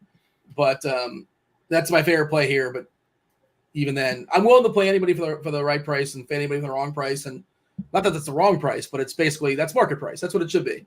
I'm marking him right now, 7.6K. He's fine. The matchup's not great. Yeah. And I don't mind marketing, but like you said, the price is there now. I mean, if you're building 150, maybe you take some marketing, but I'm not there on this one. By the way, you mentioned JM to Win. I love the podcast that him and Squirrel Patrol do for football. If you guys are playing football, and very, very specific, they talk single entry contests because that's something I like to play a lot in. And that's right. Get this time out. Bring Harden back in so Harden can score our first points. Sorry, Dean. Tracking this game as well. Got props going on, show going on. I love this company, man. I can't express how much I love it and bring the heat every single day that I can. Thank you guys for listening. Thank you guys for being subscribers, whether premium or free. If you're a premium subscriber, thank you. If you're a free subscriber, get in the prop shop and help make some money to become premium. That's right. If you're going to be a freeloader, it's fine. It's cool. But yeah, at least hit the like button. Like do that for us. That doesn't cost you anything. Just a movement of your finger. It doesn't take much.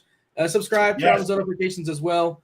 And like you said, the prop shop, for whatever reason, you're a man of the people, Chief. It's free. It doesn't cost anybody anything. It is free. You can have a RotoGrinders account. It doesn't have to be a premium account. It's a free account. Any account for RotoGrinders, you attach it to that Discord.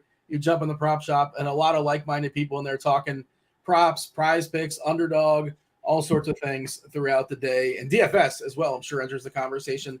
And just regular bets, like sportsbook bets. All that stuff is had at it. We got 2 more games before we yield to the Crunch Time crew. About 10 minutes left before they jump in. Andy Means. You got Kevin Roth writing the ship and STL Cards hooking you guys up with tournament plays. No, I don't mean freeloader as an insult. It's just like a fun little way to say it. That's fine. We're happy to have you. All right. Let's talk about the next game, 2 games. And I'm scrolling on down. Yes, there's 2 games. One's 10, one's 10:30. That's right. Memphis versus Portland. 226 is the total. Portland is a 4-point dog here. And you know what, Will? I don't know what we can say about this game at this point, and this is the problem. Because Steven Adams, really tough dude. He's got a jaw. He's questionable. Triple J, of course, been out for a while. We got Desmond Bane who's questionable, which is like if Bane doesn't play, then Dylan Brooks will get more. If Adams doesn't play, I think Brandon Clark gets more, but I don't know if they get enough. I saw somebody mention David Roddy in chat. I don't see a scenario where I roster David Roddy in a 10-game slate. I can't do it. I don't think he plays enough minutes, and he's also bad at fantasy basketball. We'll just confirm that. So 0.63 fantasy points per minute. His usage is 15%. Like, I want none of that. So, again, it's a 10-gamer. Like, you don't have to do that. You can do better. Yeah, absolutely. So we're kind of in a holding pattern on the Memphis side. I think Bane did practice. He went through shoot around, so that tends to be like now he's more likely to play. We'll see. And Steven Adams is a really, really tough dude. So again, I don't know if they're playing or not, but just throwing that out there. You can always play Ja. He costs what he costs. In the Portland side, Josh Hart's got a concussion, so he's questionable. We know Lillard's out for a while. This is one of this game we have like the least amount of information on, sort of, and it's the latest game almost. So what do we do here? I mean, in terms of Memphis, like if you're not playing Ja Morant, like he's probably the most important piece. Like I don't really care much about this game overall outside of Ja per se. Even if Desmond Bane plays, he's 7,900. Like I want no parts of 7,900 Desmond Bane with Ja playing. If Bane is out, Dylan Brooks is 5,900. I don't hate that. But he's going to need to score 20 plus real points to get us over the hump. 25 probably to really hit some ceiling. We'll have Brandon Clark at 4,700 who, just keeps getting 15 to 18 minutes. If Adam sits, and of course I definitely think that bumps him up some. And Alderman probably will get a few more minutes as well. Xavier Tillman may see the floor. But all in all, I'm not thrilled about Memphis outside of Ja Morant, who is matchup and injury proof in terms of if guys are in or out, he's still got insane upside. Just taking the ownership stuff in this game. And again, it's really hard to peg ownership now because there's so much up in the air. Simons is the heavily sold player right now in DK. Anthony Simons, of course, becomes the alpha in the absence of Lillard, but the price is adjusted, 7.6K. Nurkic at 7.5 is about 6% or so. But I assume like Bam is probably a better play now math-wise, just with what's happened with Miami. And he's a similar price point as well. We don't know about Anthony Davis. Anthony Davis is questionable as well, which happened to the Hammer game. It is a revenge game for Anthony Davis against New Orleans. 229 is the total. Pelicans at the Lakers. Pels are 3-point favorites. Davis is questionable. He's got a really good DK price if he plays. Herb Jones, by the way, midday downgrade from probable to questionable on the New Orleans side, dealing with the knee.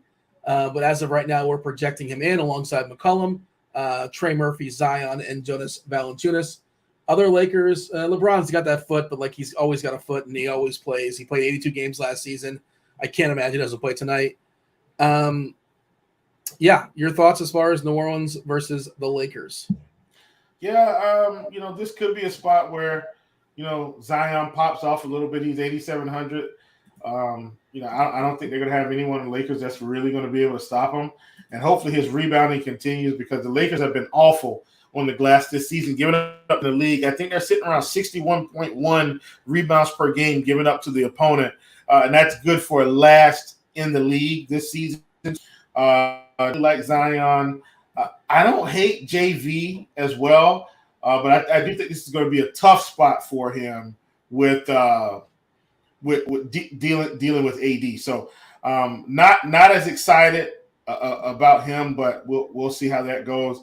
I don't mind Russell Westbrook at 6,400 if he's going to get 30 plus minutes. I do think he's still got 40-point upside. It's going to feel yucky. Like it doesn't seem like people want to play Russ because of the.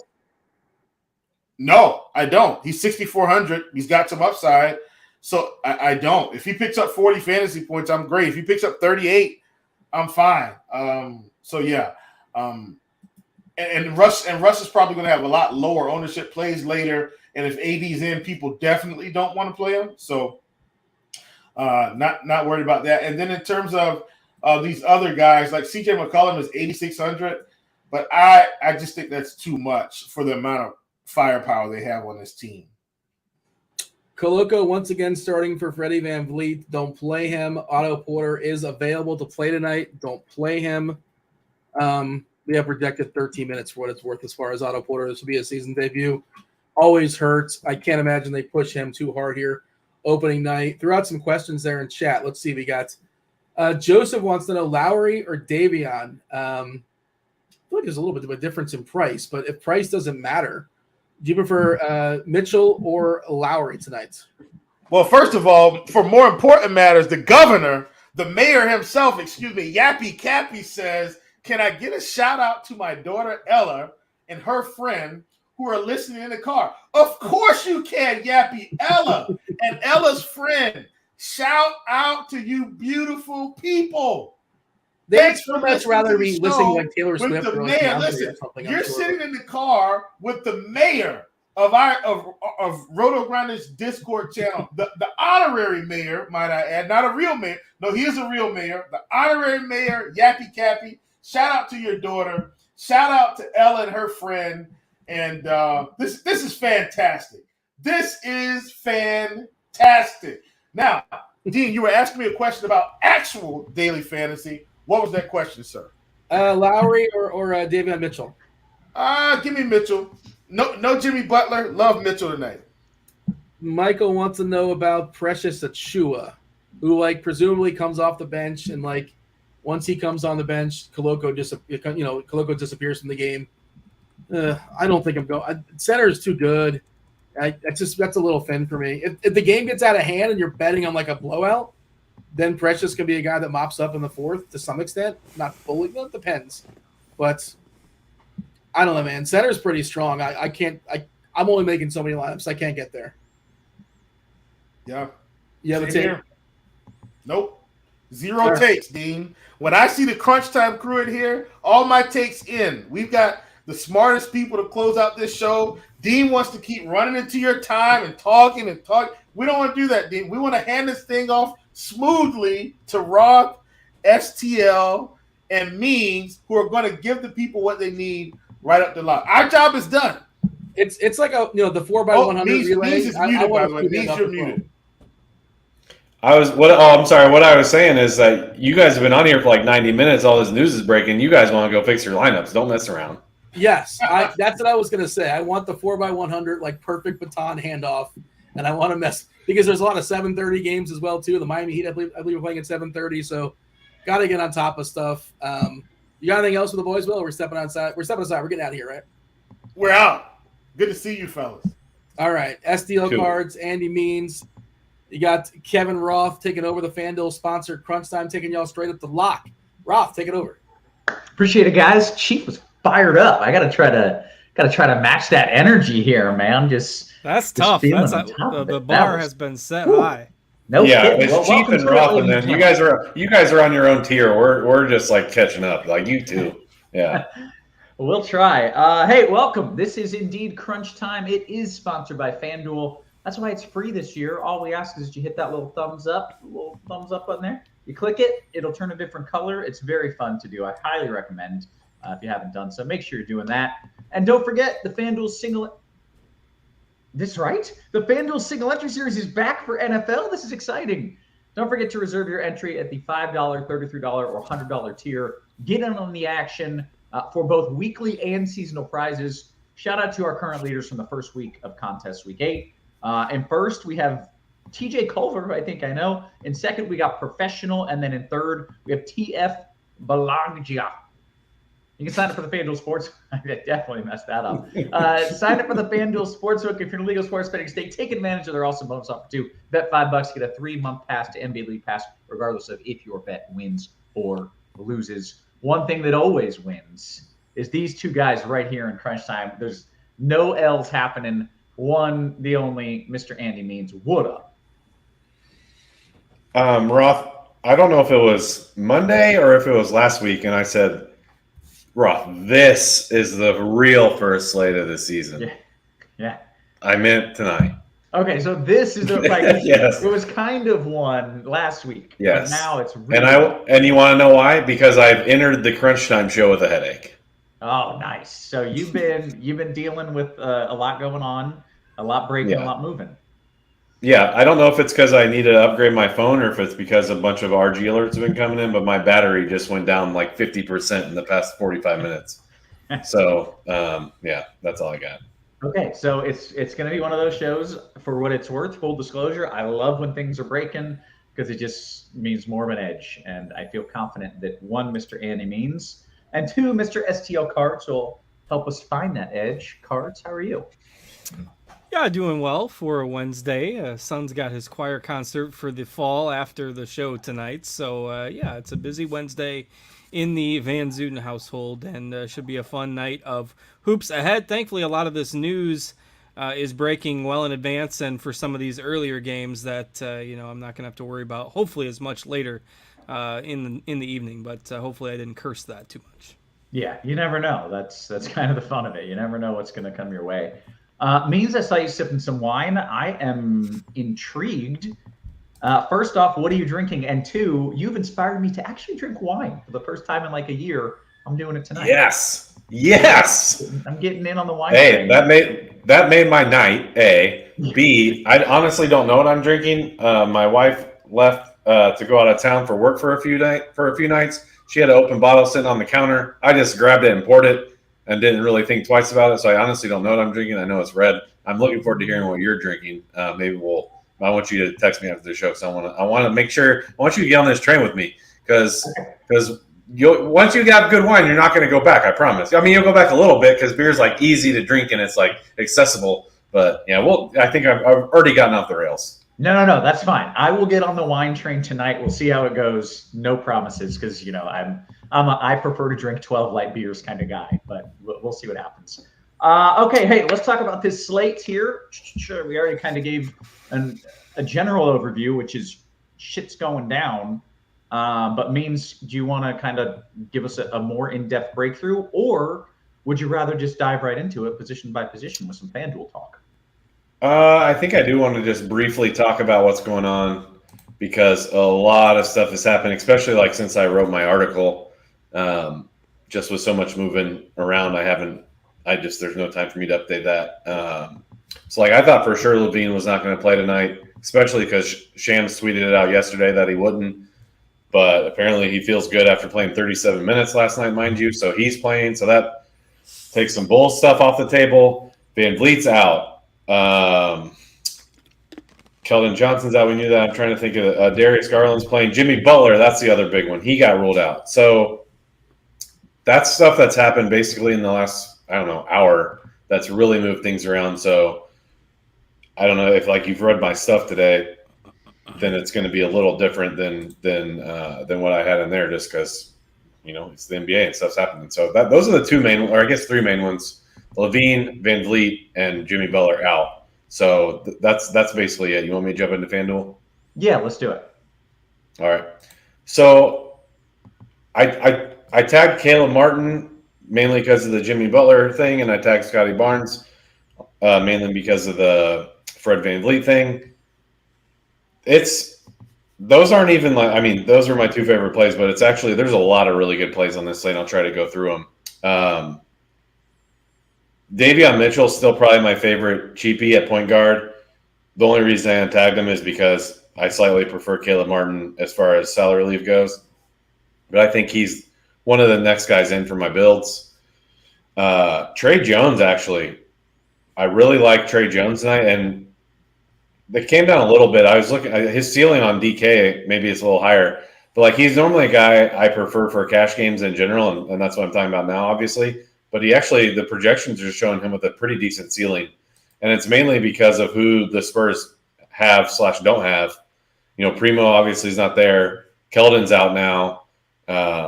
Vassell's out. I know they just said Sohan's going to not play as many minutes as he normally would because he's been, I don't know. I think Pop literally said he's been sitting on his ass lately because he's been hurt or whatever. I forget what the quote was, but I saw it pop up on our Slack. There is down bodies, man. And so I like Trey Jones in all formats tonight. I think he's fine for cash. I actually had him. I would be putting him in maybe even before Davion Mitchell on FanDuel. Different story on DK. Spin ups. Love Luka. Luka is just like a walking 55-point floor right now. He just is. And the weird thing is you have maybe a decision to make, you have the money tonight. And it's do I play Luka or do I play Giannis? And it's actually kind of a decision, in my opinion. So both of those guys are fine. I'm not going to sit here and pretend like I have a strong feel one way or another. But then you're we'll get into the Siakams and that next level, the Bams, the next, those guys are on play too. But so, yeah, Luka would be a spend up here. Trae Young would be a spend up here. That's about it, I think, for primary plays. Kyle Lowry, I'll mention him just because Butler's out. He's actually been decent the last 3 games, even with Butler in. So I wanted to at least mention his name. Still kind of feel iffy about just ever saying, yeah, play Kyle Lowry tonight just because he's he's getting up there in age and getting down there in NBA skills. So let's move to shooting guard. I really like Gary Trent tonight. You can put Caleb Martin here like I have. Let's see. RJ Barrett was a guy who I liked a lot for cash games earlier in the day. Lesser so now, but still obviously in play. Tyler Hero at 6'8", I think is obviously going to look pretty good with no Jimmy. Someone's got to score tonight. DeJounte is really popping in projections. I would prefer to get up to Luka's and Giannis's, or go down or Siakam in a different position, or Bam in a different position. Not where I'm interested in spending my making one of my first big spends tonight. So we'll move on to small forward, because it's really just like Caleb Martin there and RJ Barrett and Tyler Hero, and both of those guys, or all of those guys, have small forward eligibility. So not a lot I need to say here probably, because you have Scotty here. You have Giannis here. So it's one of those guys, or one of those three I mentioned that have the shooting guard eligibility. I suppose one other name I'll throw out is Max Strus. They did confirm he's starting, and he's 4'8". Probably going to look a little better on DK, but I'll talk about that when I get there. Power forward, you have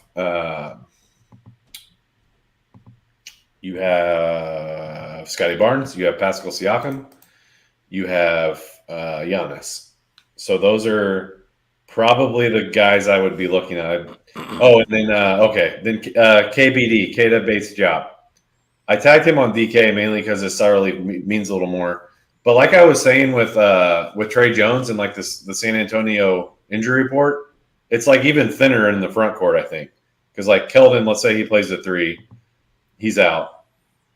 Sohan is apparently limited in minutes. Roby's out. And then the rest of their front court are probably just backup centers with Zach Collins and Gorgie Jang. Maybe Collins will play some 4. You never know with Pop. But KBD has to play. And he's not the greatest per minute guy. We have him at 29 minutes. This is one of those things where I see maybe a little more room up. But I do like him for cash games, more so on DK, like I said. And then Bam Adebayo. He's been, I forget the stat I saw when I did the court IQ. He's been really good per minute, dating back to the start of last year with no Jimmy. I think he's up in the high 1.28 Fanduel points per minute, something like that. He's only 7'9". We got him at 34, 35 minutes. I feel good about him. Zion, Julius Randle. I mean, holy shit, power forward is loaded.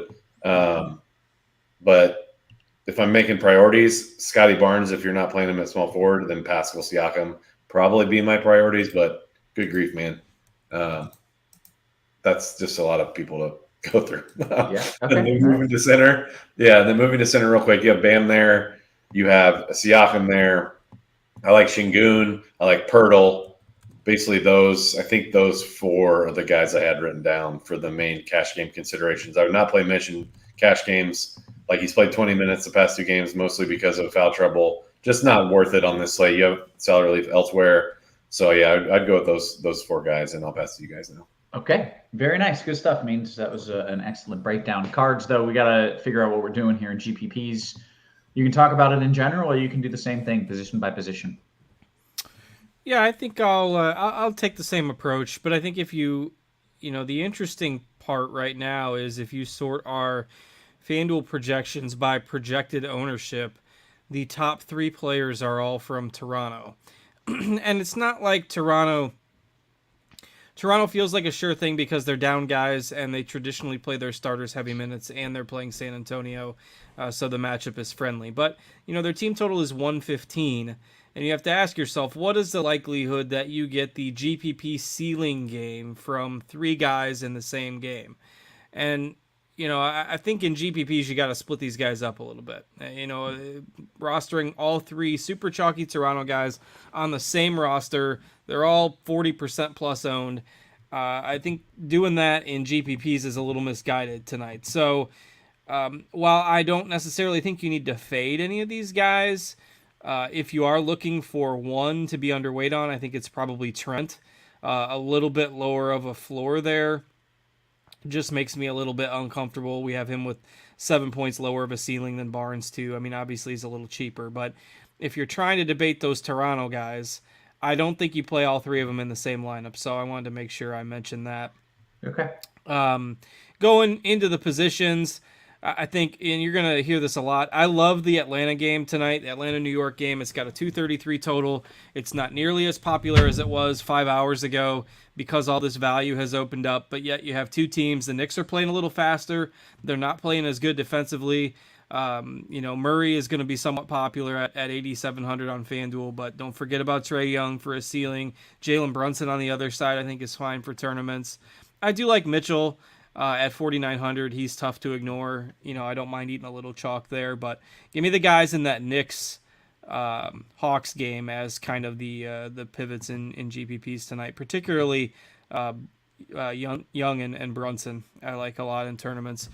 Shooting guard and small forward, can probably talk about those positions together. Meansy mentioned Barrett for cash. I think if you're stacking that game as well, which I do have in some GPP lineups, he's easy to fit in there at 5,800. You could look to other guys in kind of that mid-range pricing tier. Like everyone's going to be on Barnes and Trent. They're total about 90% ownership. You could look to not as many people playing Josh Richardson tonight compared to the other night when he was popular. Jalen Green. This Houston Clippers game is a rematch of a game from a few nights ago where nobody on the court besides Paul George could make a shot.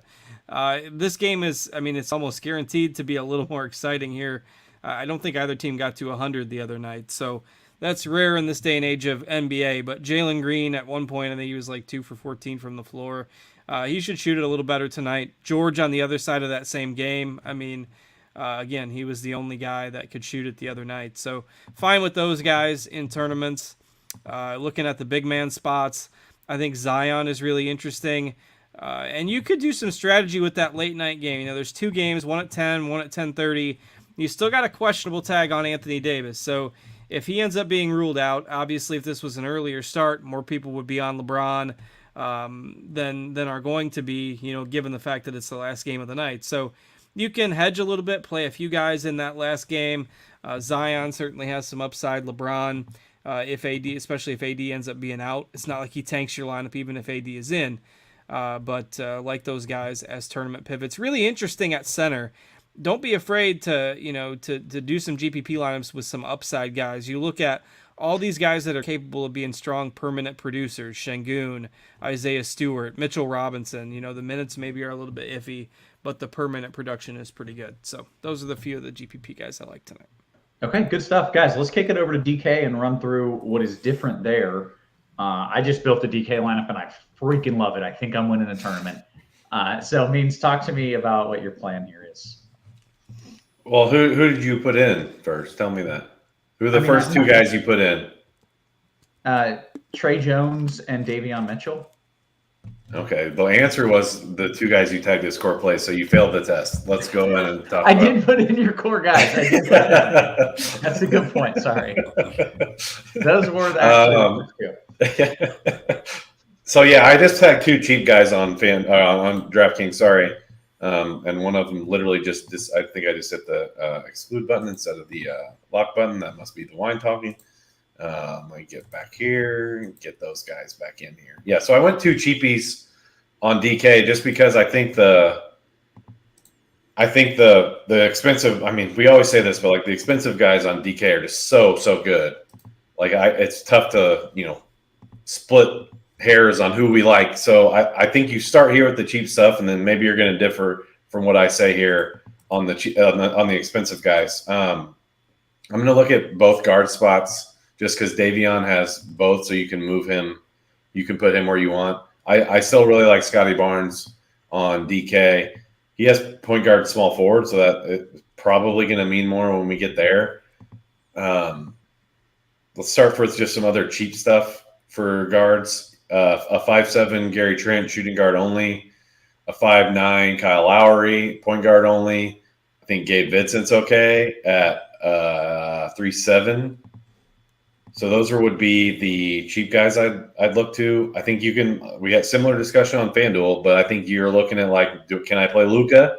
Who I think you can play Luka. He's 12-3. You're going to sacrifice maybe like a Siakam if you do that, but I think he's in play. Jalen Brunson, Ross boy, just like I mean, been pretty damn solid from a fantasy perspective so far. He's so good at basketball. He's so good. I've been yelling. He'd be so fun to play with for years. He'd be fun to play with. Always, I just like people who like make the right basketball play every time. Yes, and I think he fits that mold. He's only 6'9". I think he's gotten like mid to high 30s DK points in like 4 of his 6 games, something like that. So I think you can go there. That's plenty of guys in different ranges that I've rattled off. So let's move it along here. Small forward. I already mentioned Scotty Barnes. Strus is okay at 5K. Not in love with it. Caleb Martin at 4.8. Just as you can see, just a much better price tag on FanDuel. Gordon Hayward, sure, but like you kind of see like you just are probably gonna find yourself landing on Scotty Barnes here, which I have no issues with. And by the way, while Cards was talking about Toronto guys, I just pulled up their game flow tracker from their last game when Van Vliet was out. And by the way, if you are new to the site or whatever, you need to be using this tool. Like it tells you rotations, fantasy points. It shows the game score. You can as you can see, like the white flag was waved right here at this 6-minute mark by the Hawks. I mean, they're getting blown out, but like look at these stats by Siakam, and even Trent had a good game. Scotty Barnes had a good game. They missed out on 6 minutes of game time. So like Scotty Barnes played 33 and almost 33 and a half minutes. He was going to play 39 minutes. Pascal Siakam was going to play 41 minutes. Like that's why these guys are projecting so well for us. And we got Barnes at 37, so imagine what it looks like at 39. Like that's why I really like him there, just mainly for that reason alone. It's on the road in San Antonio, so maybe not as much blowout risk here. So he would Scotty Barnes again would be the guy I really look to at small forward. In fact, I like him enough that I'm just going to move on to power forward.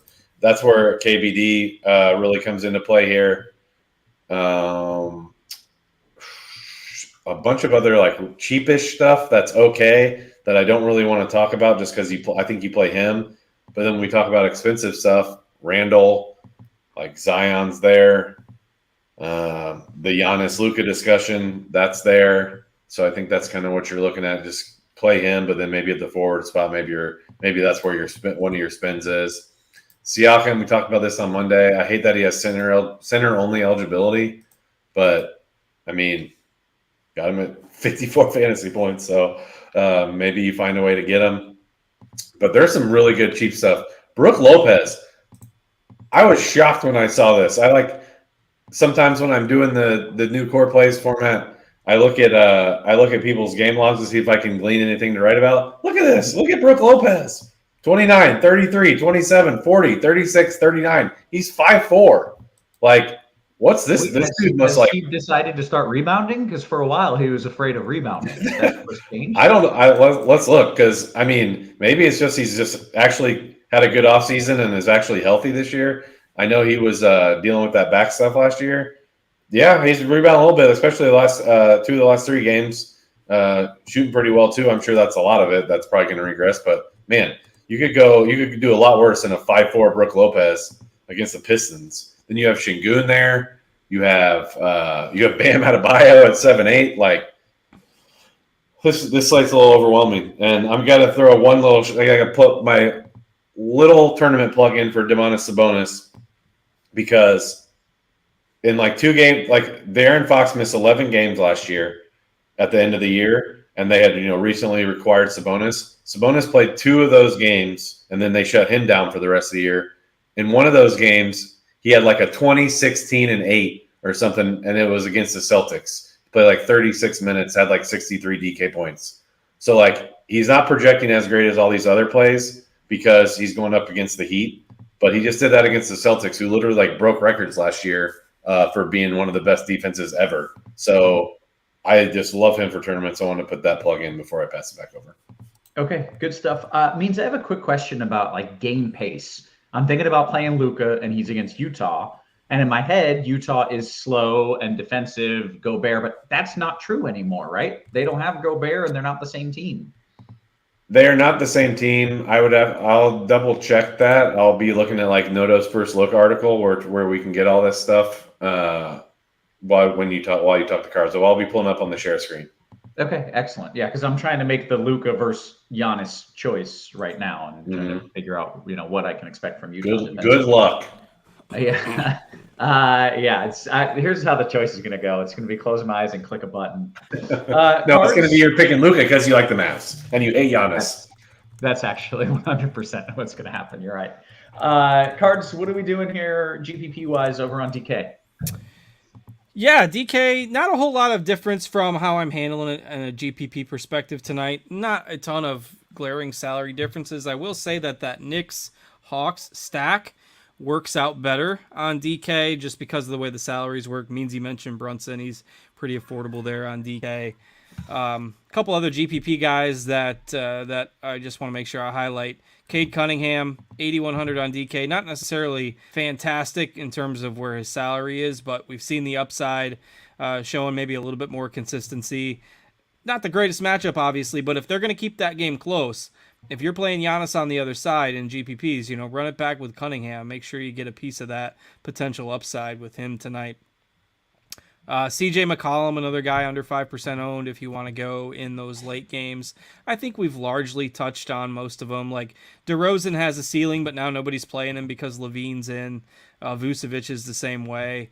All these guys you can kind of sprinkle in as high upside one-offs in your GPP lineups. Markkanen's another guy. Everyone thought of Utah as a rebuilding team, and he's just been fantastic for them. So, give me those guys in GPPs tonight.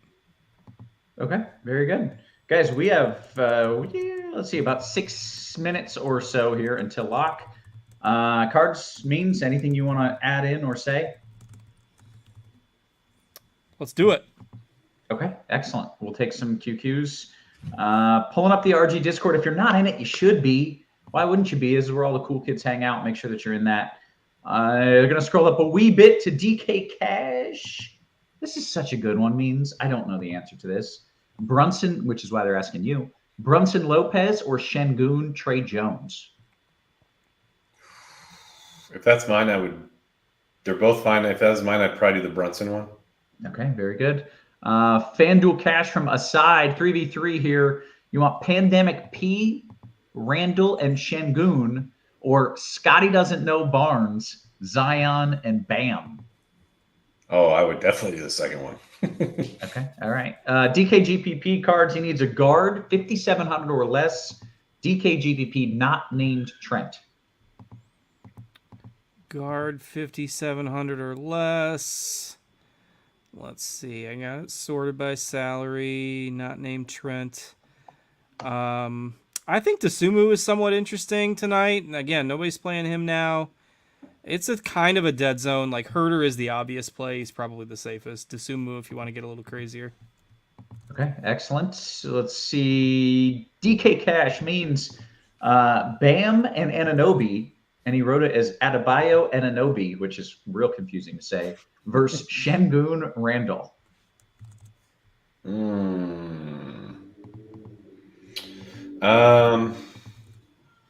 I'm going to go the Anunoby one. I don't feel great about either, honestly. I don't know. Okay. Means right back at you with some FanDuel Cash. Who do you like at center? I think my list was Pirtle, Siakam, Şengün, and Bam. Okay. Good stuff. I love this question. DK Cash, your top 2 potential bad chalk designations. Oh, that's a good one. Have we ever had that question before? Has anyone ever asked that? I saw one on FanDuel. I saw one on FanDuel, and I was like, yeah, I'm absolutely not playing. He was a guard. I'm trying to remember who it was now, but one of those dudes is going to get 35 minutes and score 14 points. See, there's a ton of chalk at those guard and wing spots tonight. I know this is Meansy's question, but it's Gary Trent for me. But I was going to say. So let's land on Gary Trent. There we go. All right. It was Caleb Martin for me. Oh, but I guess on FanDuel he's cheap. He's only 4.3 over there. So yeah. All right. Let's see. DK Cash 3v3 means Hayward, Bam, Patrick Williams, or OG, Strus, and Pirtle? Ask again in what site? Sorry. DK Cash, 3v3. Hayward, Bam, Patrick Williams, or OG, Strus, and Pirtle? Ooh. Go the second one, but don't have a good lean either way. Okay. DK Cash, 2v2. Giannis Oubre or Luka Trey Jones? I would do the second one.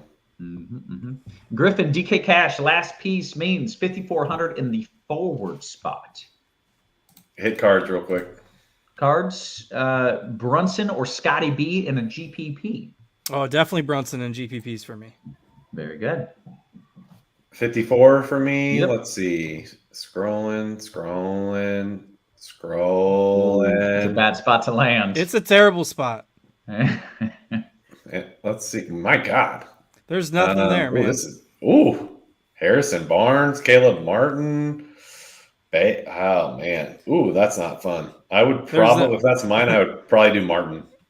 All of the bad chalk conglomerated in that little area there. Yeah. All right. BHB DK Cash means Cunningham, Şengün, or Trey Jones and Bam? I would do the second one, but can we give a shout out to Cade Cunningham, who's balling this year? I was just about to ask how he's doing this year. I've completely missed that. His last 4 games have been really, really good. He's looked good. In almost all of your GPP lineups, if you're playing Giannis, I'm running it back with him because that's the way that game stays competitive for 4 quarters. Mm-hmm. That's good thoughts. I like it. Let's see. Hey, J Sam says, I saw your boy J-Rue pop on an injury report. Who would that bump if he's out? Portis? Oh, that's a good question. He's like church. So with him, he wasn't on the injury report. Then they put him as probable this morning for an illness. Then the coach had to say he's a game time decision, like they always say. They did this with Brolo. I think they did this with Brolo on Monday, and he ended up playing, which makes me think it's not an issue. But let me pull up the lineups page real quick.